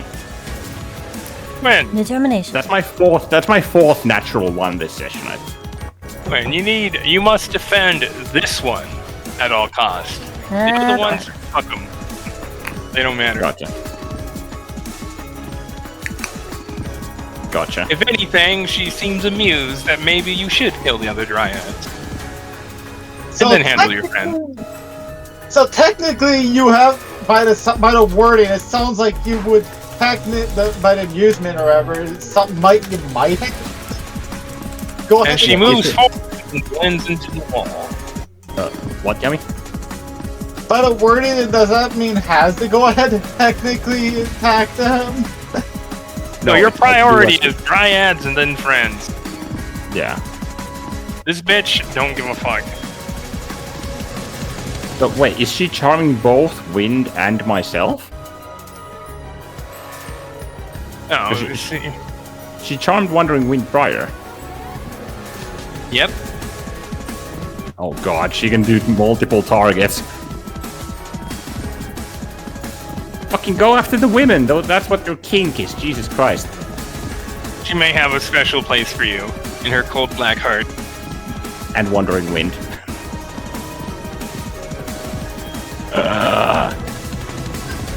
This time, I'm assuming we know about that. So Yeah, you're pretty sure that will affect Quinn. Because you saw it happen. Alright. Well, I'm gonna call it out. The dark bitch fucking got her. Or got him.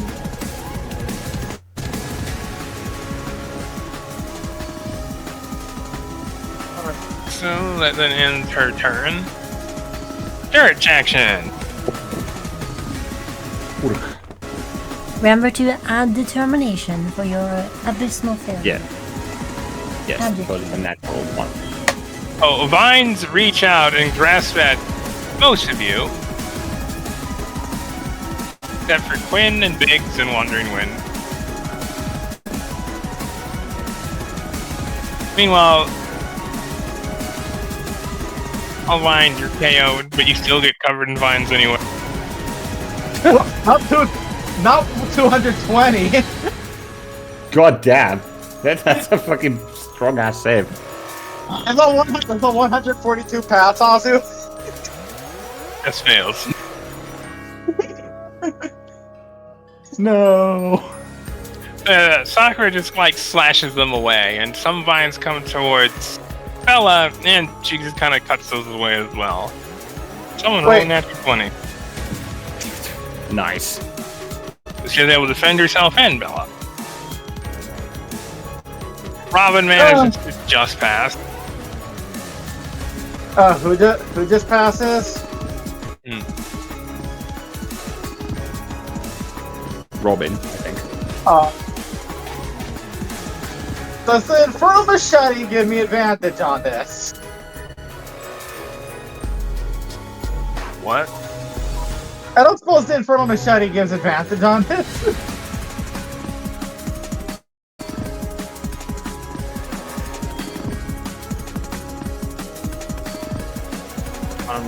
Oh yeah, you'd roll a double advantage with the machete. Alright, Yeah, you graze the plants and they just incinerate. So yeah, it's very easy for you to succeed. Well, it's still a 17 then. Or do I not even have to roll Technically, it's then? higher than that. Okay, so I passed then. Yeah, you pass and the vines come and grab you and you just slash them with the machete and they just turn to ash.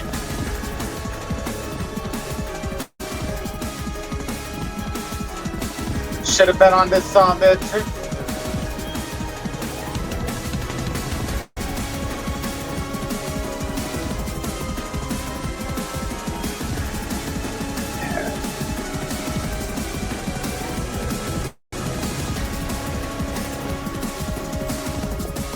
Alright.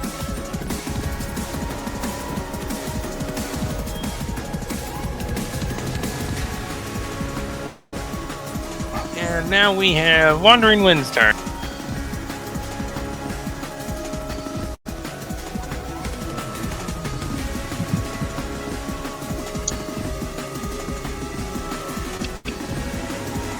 Where are you? There you are.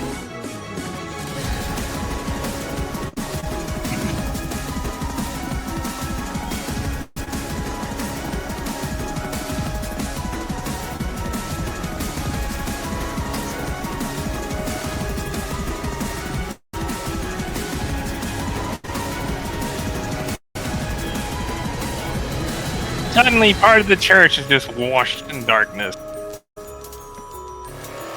Well, good thing I have double sight.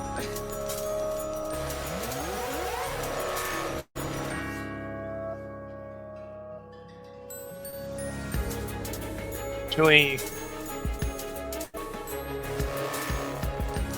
that era is all darkness. Well, shit.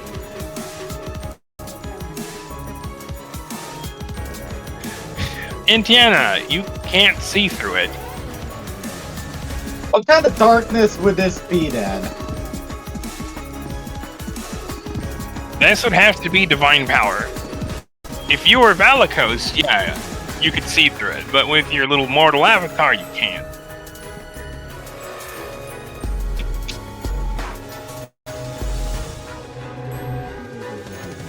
Ow. Finn, roll listen. No. Even if I'm charmed? Or glamored? Yeah, you'd roll listen anyway. Alright.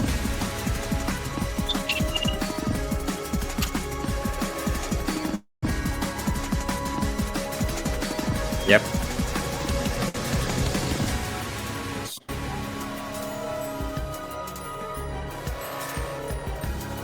Hold on, it's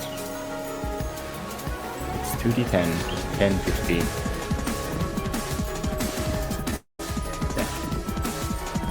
And MI 15 because 42 listen. And that would have been another natural one if not for my observant. You hear Wandering kind of creep away. But just barely. You're pretty sure he's getting ready to ambush. Probably coordinate something, likely with Big. Oh boy. Actually, I'm not in the darkness proper at least. So... Alright, it's his turn. Bella's turn. Kinda looks over there.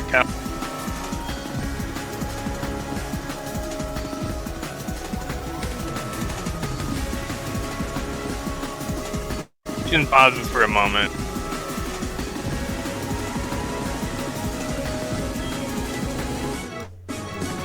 Kind of flies over here, like looks around at the wall.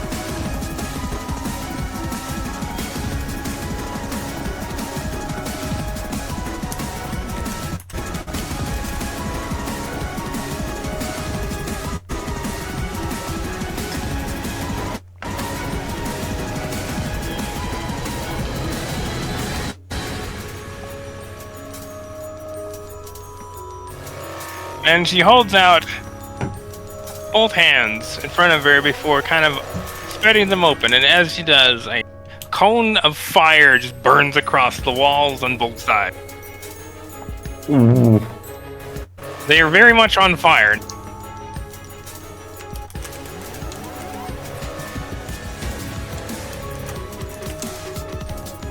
Try getting to the wall now, bitch. Both walls are on fire, yeah? That's that whole north area that I put. Is the south one? Oh no, just the north wall, okay.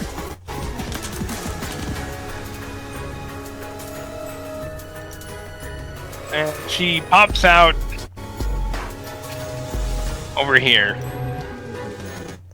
Like patting herself off because she's currently on fire, but manages to put it out.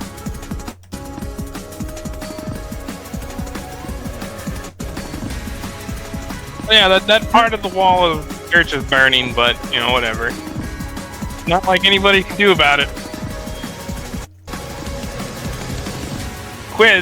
Twins are not happy with Bella right now, but well, they can't have no say about it.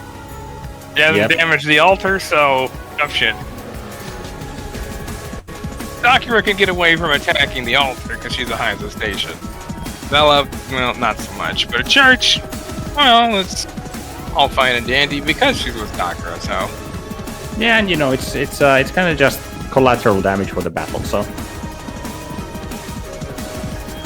Alright, let's see here. That ends her turn. We've been at the top of the round.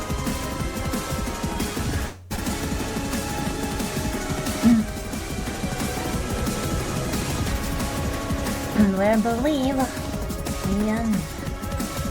Yep. And we will pick up next time. In this doozy of a situation. Uh-huh.